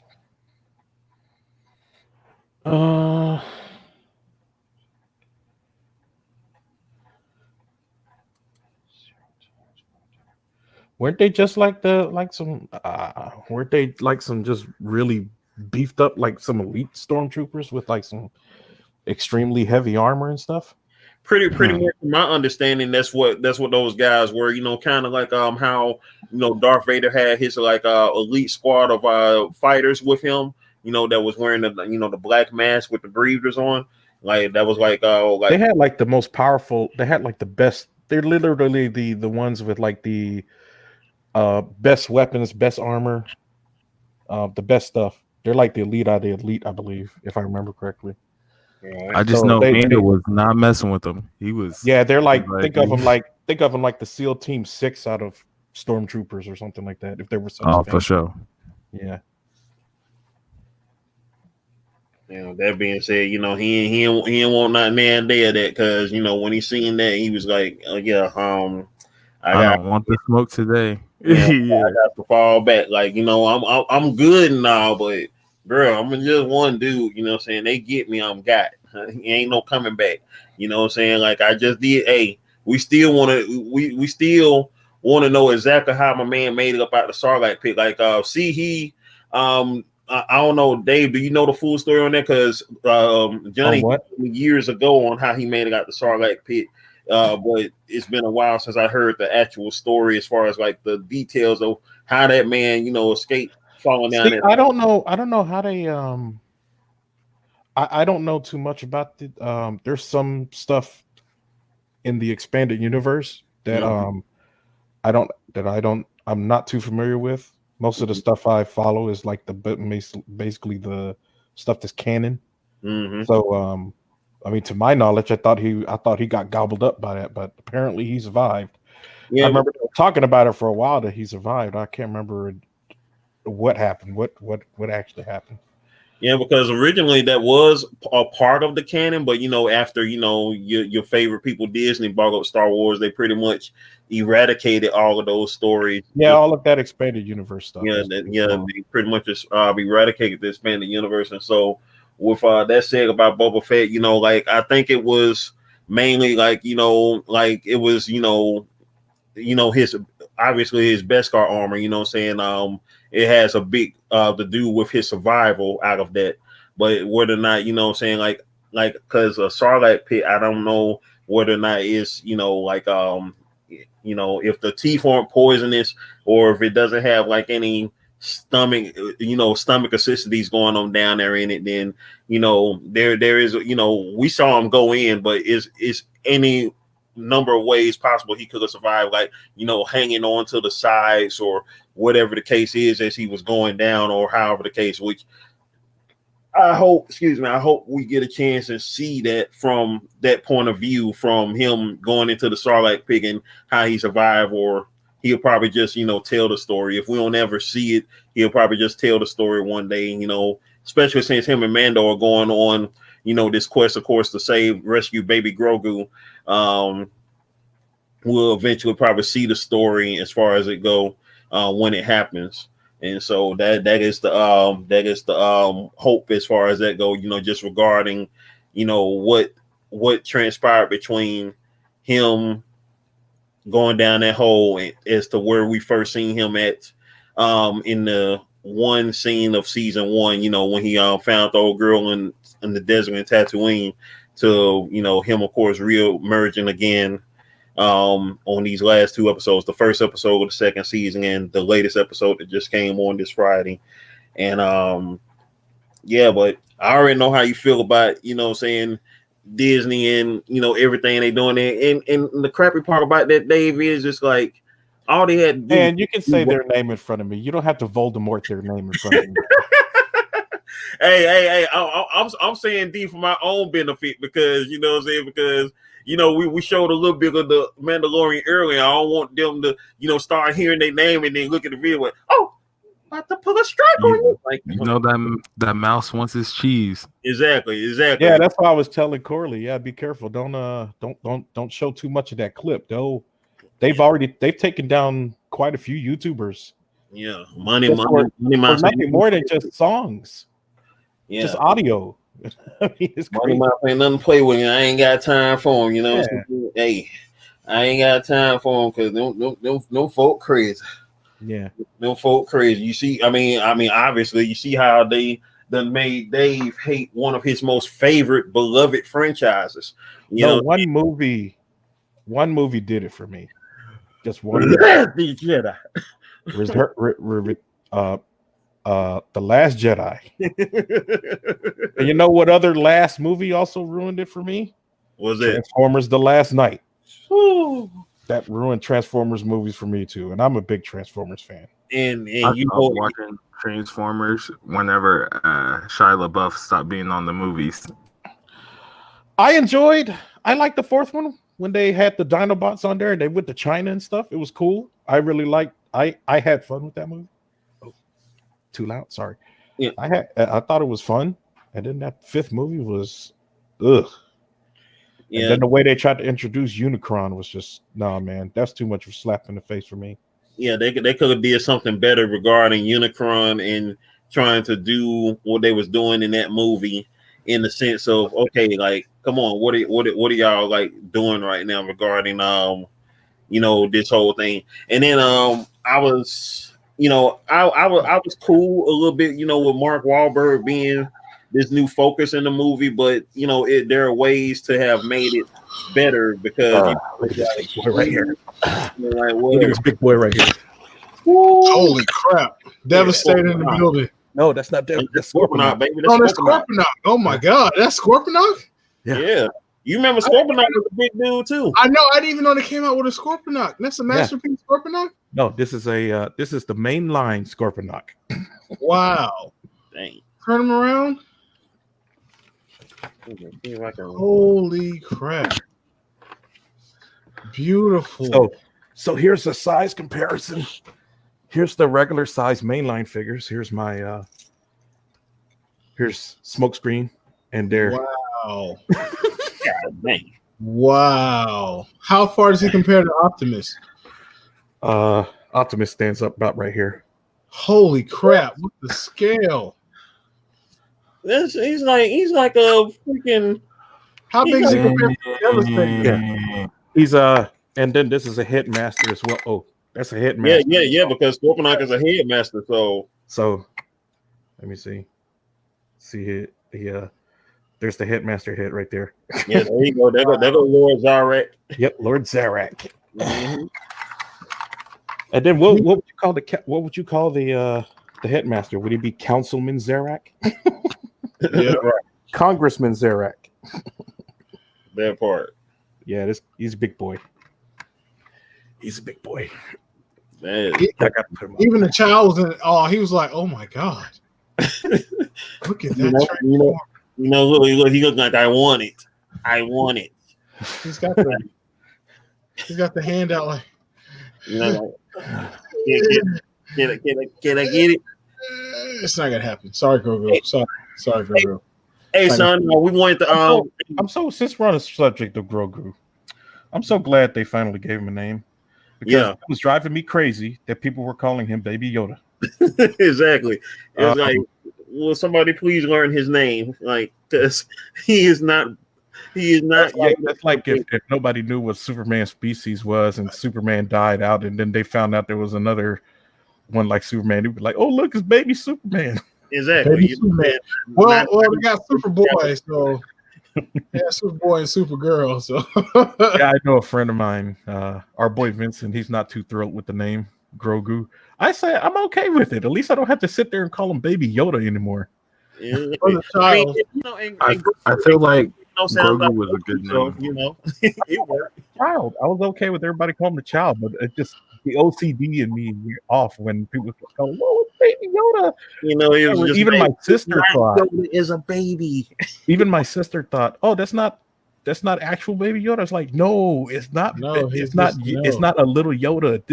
They don't know the name of Yoda species because George Lucas, when he was in an interview, he was like, "Oh, well, I don't know what Yoda species is, so I'm just gonna call him Yoda species." Right? Yeah, that was his mystery box. Apparently, there's some type of carnivore frog race because Baby Yoda will consume other creatures, no problem. Oh man, I don't. It doesn't bother me that he's eating like what eggs. That was about to drive me living. I was like, man, if you don't quit doing that, because my head was starting to slowly build up. I was like, hey, come on. Trust me, from raising a 2-year-old, I can tell you, if you tell them don't do it, it's gonna make them do it even more because they put everything in their mouth. That was the most accurate thing. Like Baby Yoda putting that stuff in his mouth was pretty much like, "Baby K, stop! Don't do it! No, what? You said not do it." You tell a grown adult what not to do, and they're still gonna go do it. So it doesn't even matter. Right. And they were giving. He's like, "Please wear a mask out there." What? Don't tell me what to do. I'm not gonna wear a mask. You know, that's where Quill got to come up in there and just be like, "Hey, I have spoken. Look, I don't care. I really don't like the idea of wearing masks, but if you're gonna allow me to dress up like a ninja everywhere I go, I'll do it." Exactly. That's what I'm saying. Like, I don't understand what the problem is. Like, somebody mess with you on the street, what they gonna say? Well, Masked Man did it. Everybody got a mask on. Hey, look, man. This is the only time I get to walk around with my Naruto headband and a mask. Because I got one of those wind brace things. I could walk around looking like Kakashi everywhere I go, and nobody will look at that eye at me. Exactly. You know what I'm saying? You just walking around free. It's just like, finally, I can be me. I know. It's where you're supposed to bust out and be like, round one. You know what I'm saying? I've even tried to living my dream as a ninja, just walking around with my mask on. Like, we out here.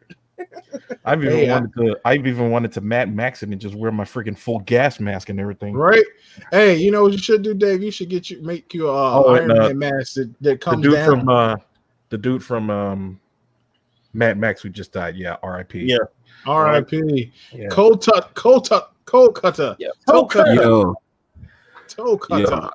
Slim. Yo. I got something to show you, bro. Check this out. I'm gonna ask. Hopefully you can screen. I've never done screen share on here before. Give me just a second. Hopefully this works. Check this out.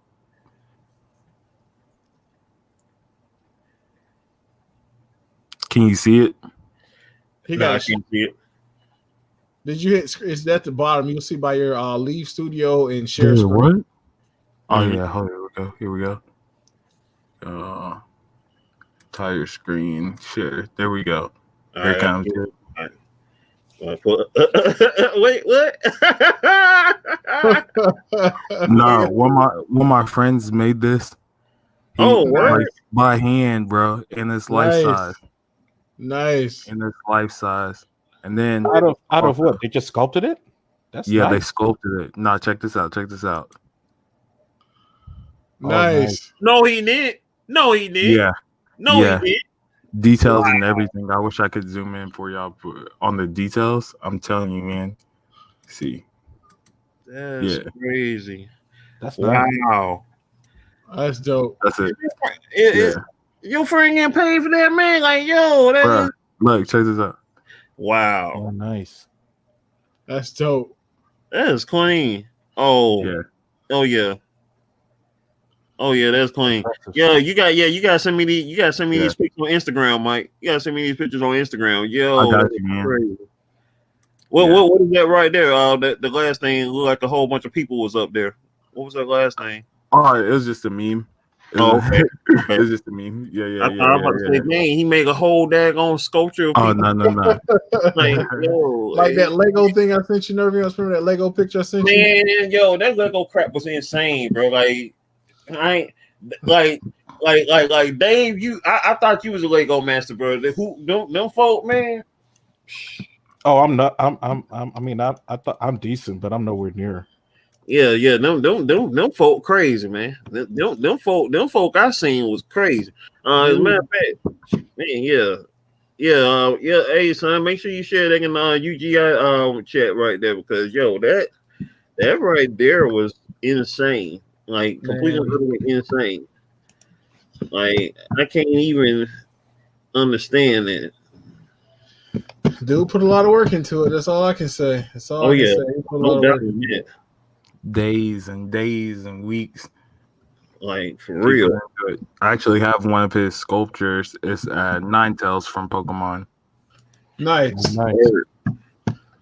Oh, that's crazy right there. That's crazy right there. Whew, that ham swelling up on y'all. Shout out to that ham for filling your butt up. That what? That ham. Ham? Oh, ham. You tripping. I was wondering when you was gonna get some ham, man. I was like, never gonna say nothing about no ham this year. That's different. Ooh, there's a new K barbecue joint I need to take y'all to one of these days. Oh, word. Yeah.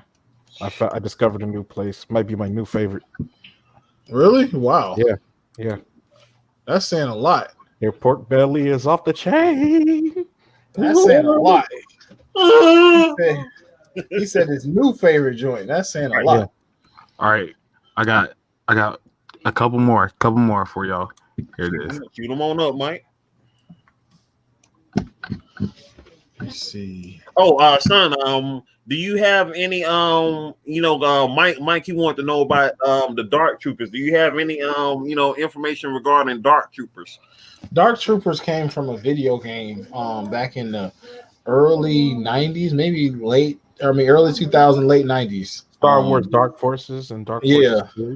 Yeah, that's basically what they come from. They're video game lore. Yeah. But apparently these new ones are supposed to be hybrids with using metachlorians into volunteer soldiers to make them more powerful than what they were using the same. But see, they're kind of using technology like with Darth Vader, but Darth Vader had the worst technology that the Empire could possibly provide for him. Like his technology was bad on purpose. And so these guys got all the new modern fangled stuff. His suit was actually created to hurt him, to basically suppress his power. The Emperor did that on purpose to him. He really because Emperor saw how powerful the potential of how powerful Vader could become. So he created that suit to be as painful and as basic and as possible to basically just keep him in check. Yep. Because there's no reason why he couldn't, out of all those years, he couldn't force heal himself. He had the ability to force heal, and that's why a lot of people speculate that's why he spent so much time in those chambers, because he was essentially trying to like force heal himself. And then his suit stuck him and itched and all that other stuff. Like it made it really painful on a day-to-day basis. It's like basically thousands of needles all over your body at the same time, essentially. Yeah, those pics are nice, Mike. Those pics are nice.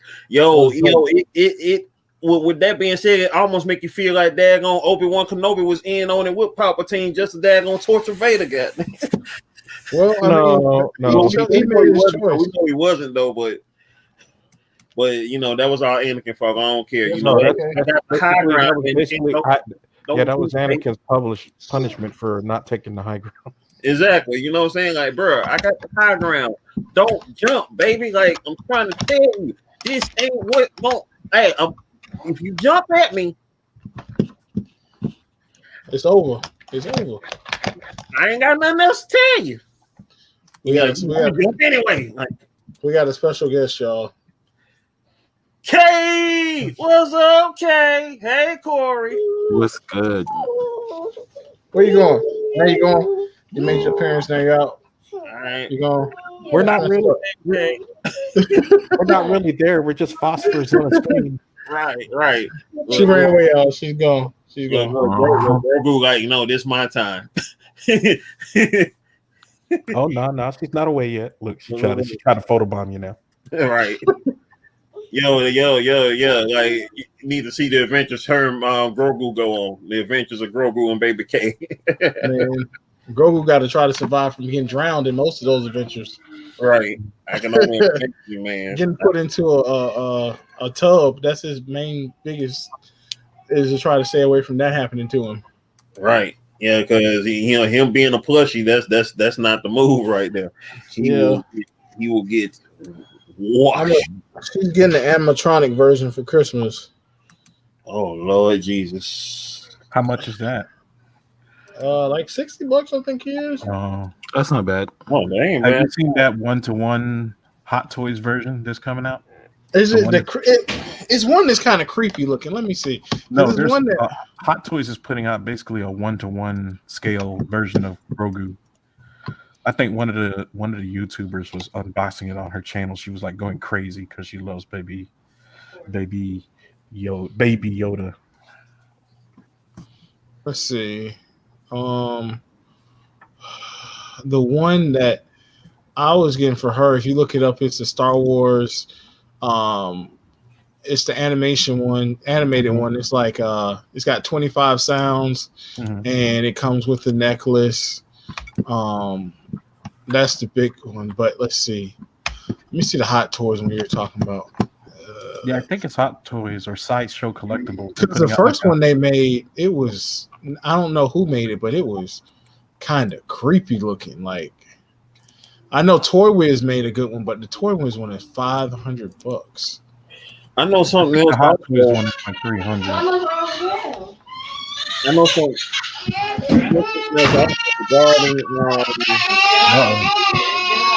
Regarding Grogu. Hey, Baby K.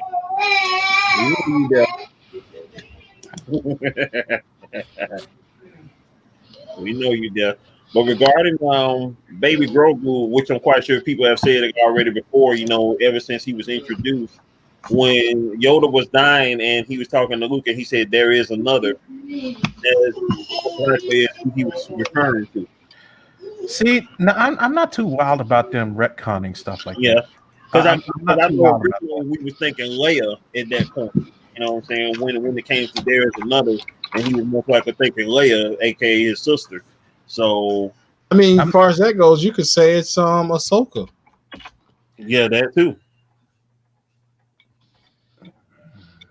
Because like obviously, back then at that time, we know that those characters didn't exist in real life, but in the scope of things, you could say retcon, but you already know, Dave, when it comes to these stories, as time go on, so many things get added into this, that, and the third. Like if we still had Superman the way he was in the beginning, he'd still just be leaping over buildings, and then of course eventually he started flying, and that version of Superman is supposed to be going public domain soon, I think. What? Oh yeah, because the time is running out. Yeah. So what's going to happen with that? What are they going to do then? Only that version of Superman is going public domain, not the present version. Yeah. That's why they keep that. That's how I believe that's how Disney and Marvel have been getting around this whole copyright thing. It's every time they do like reboots and reconnaissance, it's basically this version of Superman, not that version of Superman. Right. Right. That's a loophole, I guess. Yep. So if you want your characters to endure 100+ years in your family, just reboot your characters every 10 years. Right. Right. Yeah. I think is this the side? Is it the sideshow version of the child? It might be. It's a 1-to-1 scale. It's like that one is. It's real. That might creepy. be the one that you think is creepy because it almost looks too good, so it has that uncanny valley effect. Just And the then eye. the thing is too, his cheeks are so rosy. Like I don't like them like super rosy cheeks. He's a little creepy, just a little bit creepy. I like the animatronic one a little bit better, but I mean the hair on his art is pretty dope. Did y'all see the picture though of when it was like you got the same mom but two different dads and they had Gizmo and Baby Yoda together? Yeah. Yeah, I mean, Gizmo and Grogu. That even put them together as a family even more because you got the Right. two G names. right. That part, like, yeah. Who y'all daddy is, or who y'all mom is for that instance? Because if Yoda is Grogu's dad, then who the mama? Right. Like, you know what I'm saying? Like that part. Hold on for a sec. And I don't know if anybody has anybody the thumbnail.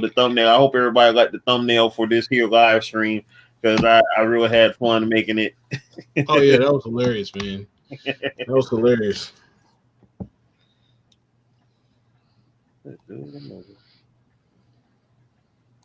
Oh, 4-set leggings. That's what's up. What's that? Yeah, that Yoda was the one I was talking about. That Which one? That Grogu was the slideshow one. Was the one I was. Oh wait. Yeah, they all have. It might be the lighting too with the rosy cheeks.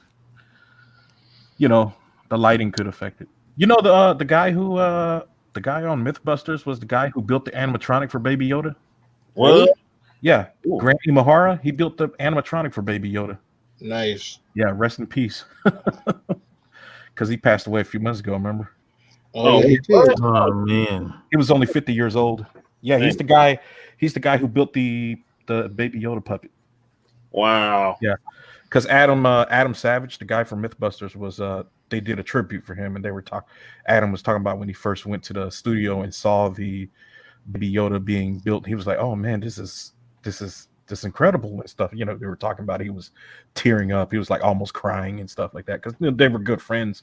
They worked together on Star Wars Episode 2, I think. The Clone Wars. They worked on the Clone Wars. I think. Yeah, I think both of them did. Either Clone Wars or Phantom Menace. One of those. It might have been Phantom Menace since they used more puppets in there. You heard the original director of Empire Strikes Back and Jedi coming back to do the new Star Wars films. The new films. Yeah, so oh God, what are these films you speak of? There's hope. Hope. You talking about the films or the spin-off series? They said the films. I don't know how I feel about that. They've been doing okay with these spin-off series, you know. Just it looks like they're doing a bunch of spin-off series. I know I heard that they were doing the Ahsoka one, and then I heard maybe they were thinking about getting Sebastian Stan to be the younger version of Luke Skywalker. Which is crazy because I've seen a Photoshop of Sebastian Stan with the way you put his face on, and it looks just like him. Right. They said what's his name is actually in filming right now though. Who is? Boba Fett series. Yeah. So I'm thinking they may try to MCU this whole thing. They do a bunch of spin-off series and then bring them all together and stuff for a movie or something, maybe. Well, I mean, at this point, to be honest, the new movies that they made, the new sequels, they're trying to erase them or like kind of put them in a timeline, in a pocket timeline that no one even pays attention to. Yeah, they're trying to essentially, they're thinking about doing the whole Veil of the Force thing. Yeah. They're in the multiverse. They don't exist in this one. Now, the thing I about don't have any problem with the diversity. It's just the story sucked. Yeah. I don't have any problem with the. You already know that, man. I mean, they should have had a singular vision. If they would have just had a singular vision and they didn't bring in if JJ had a vision, he should have seen it all the way through. I don't know why he decided, I'm just going to direct one movie and I'll let somebody else direct it. No, I didn't like that. I didn't like that because then Rian Johnson comes in, or Rian, I think he's named Rian Johnson. Rian Johnson comes in, he does his own thing with it. He essentially throws away all the stuff J.J. Abrams was setting up. We didn't get to see the payoff from everything J.J. set up from Force Awakens, Right.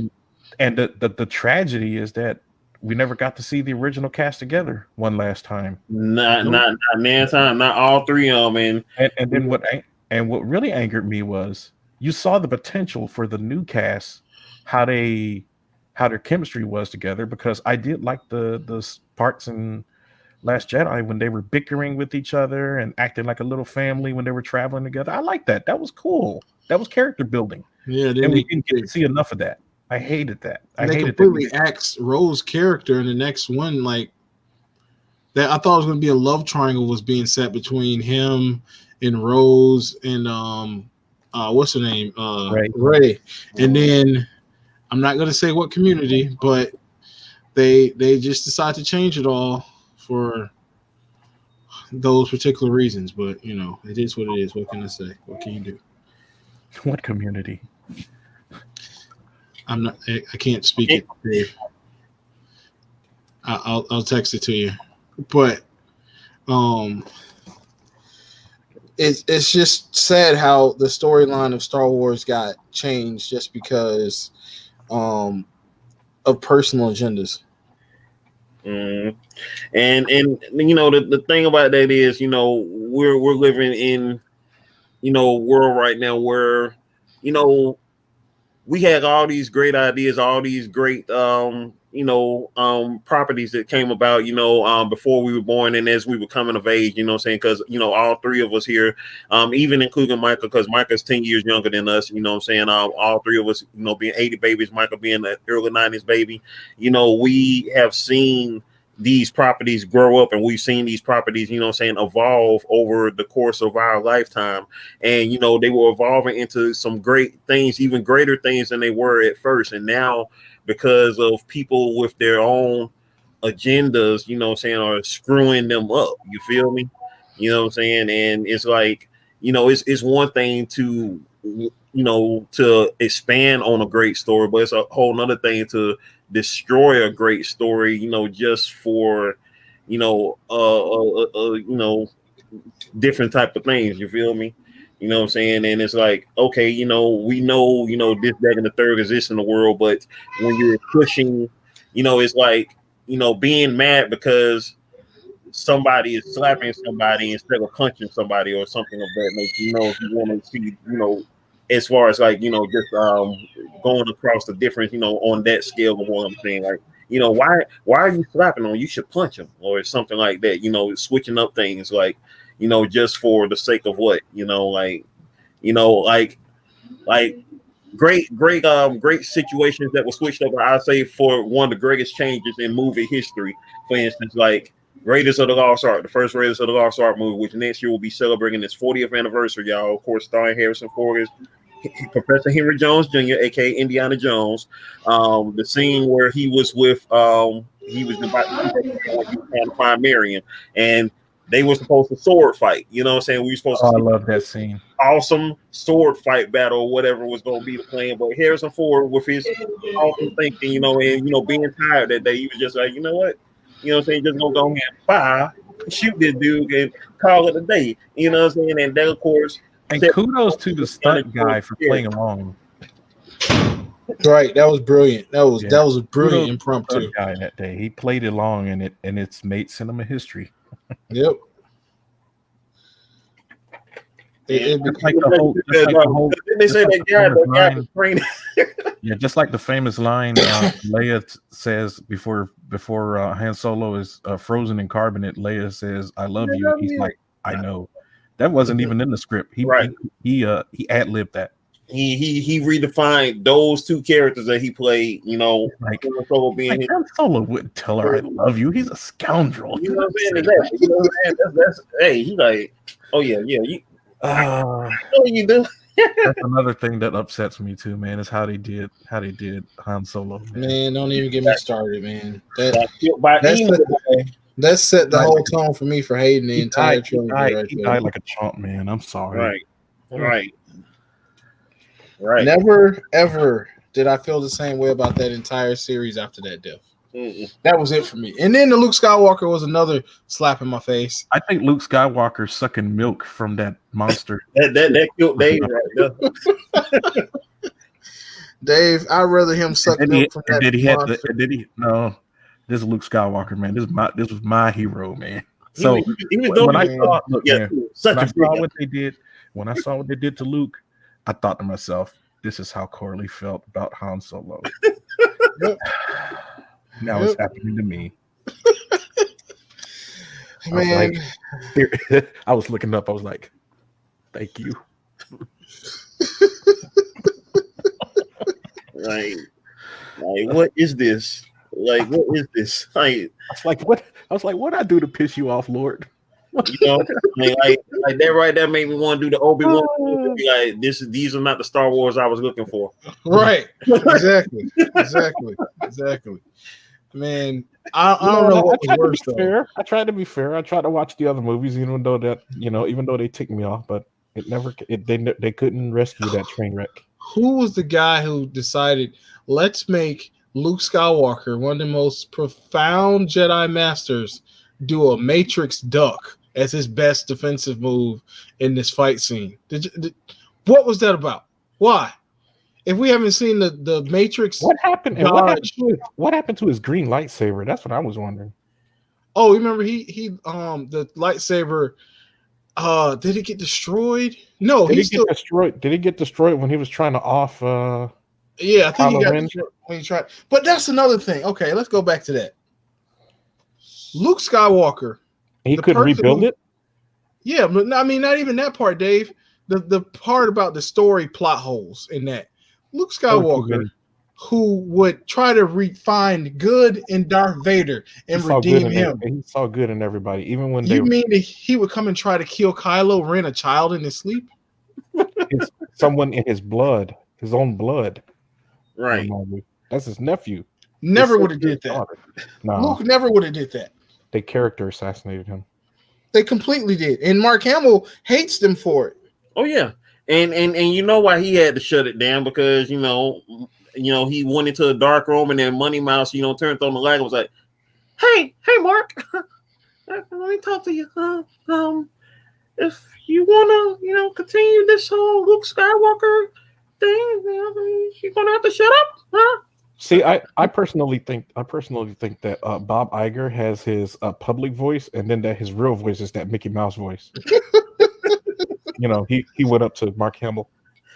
Hey, Mark Hamill, you're not going to say that about Lucasfilm anymore, huh? Right.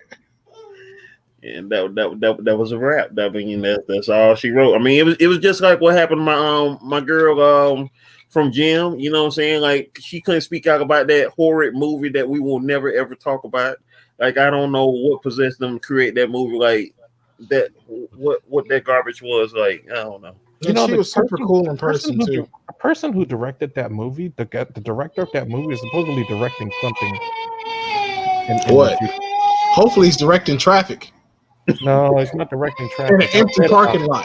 An empty parking lot. He's directing a live action adaptation of something. I hope it's a live adaptation of a person directing Traffic in an empty parking lot. That way no cars are harmed, because with his directing skills, he'll direct the cars into other cars. Let me look it up, because I remember reading about it. I remember Clownfish TV were talking about it. I haven't seen a worse director since the guy who made those movies, like the guy who made In the Name of the King, the guy who made Blood Rain. That guy. Oh, yeah. I know about you, Ball. He made the Blood Rain movies. Yeah. He does it on purpose. His movies are so bad, he just does it on purpose. He loves it. But in a way, they're so bad they're good. They're so bad. It's ridiculous. In the Name of the King, it was so funny where the dude got his head smashed and it like literally went from a live person to like you could just see the dummy get crushed and you're just like, what? I can't believe they tied that into Dungeon Siege. Why? Yeah, man, that was horrible. Dungeon Siege never needed to be a movie. I'm sorry. And you had what's his name as the star actor at the time. You had a great actor, a great action star. It was what's his name? The guy from the Transporter. Yeah, Jason Statham. Yeah. And that's who's directing it. I wanted to see that movie. The was in it. Here it is, y'all. Here it is. Disney's live-action Lilo and Stitch remake rumored to be directed by John Chu. Oh, the guy my who God. directed Jim. Lilo and Stitch. Yeah, they're doing God. another live-action remake. Live- Disney, please stop Lilo. with these live-action remakes. You do know they're going back in like back in 2012 or something like that. Disney announced that every single thing in their movie collection was going to be turned into a live action movie going forward. Before they knew. That's So before they knew that everything is going to be live action. Everything they made is going to be live action. So get ready. You already seen Lady and the Tramp. Get ready. Then the Coupe de Gracie, the final movie they're supposed to come out with is going to be Fantasia live action. Well, I would like to see that. I mean, but how is Mickey Mouse going to look in that though? I mean, that's going to be quite strange. I don't think they're going to use Mickey Mouse. They're going to use Bob Iger. He's going to be Mickey Mouse. Anyway, Best Buy. I'm being invaded. Best Buy had a sale, and check it out. The original Mulan, 4K. Hey, there you go. Nice. There you go. Then we had Ghost in the Shell. Nice. The animation, not the live action. 4K. Ninja Scroll, the animated series. Oh, nice. The complete animated series. Sweet.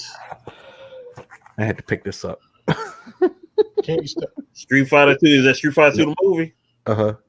Hell yeah. And yeah. Hey, who's it? Oh, is that Streets of Rage 4? The heart. They made it it's the collector's edition. They made it look like the Genesis box. Wow. Nice. That's sick. That's sick. That's sick. Yeah. That's funky. That game. All right, fellas. I'm out for the night. Yeah, for the night. That's what's up. Hey, Johnny Quest of Johnny Quest Gaming. Appreciate you for this awesome live stream. For sure, man. Mandalorian. Shout outs to David Day in the building. Shout outs to Michael Marshall in the building. Shout outs to everybody who came through, from the troll with the thing on the picture to Kim, aka Life Changes You, to Drina's Haven 916, to who else came up in the building? With what in the picture? I think I missed that. You don't want to see it. You don't want to see it. Okay, never mind. Text it to me. All hot air. You don't want to text it in the building. Text it.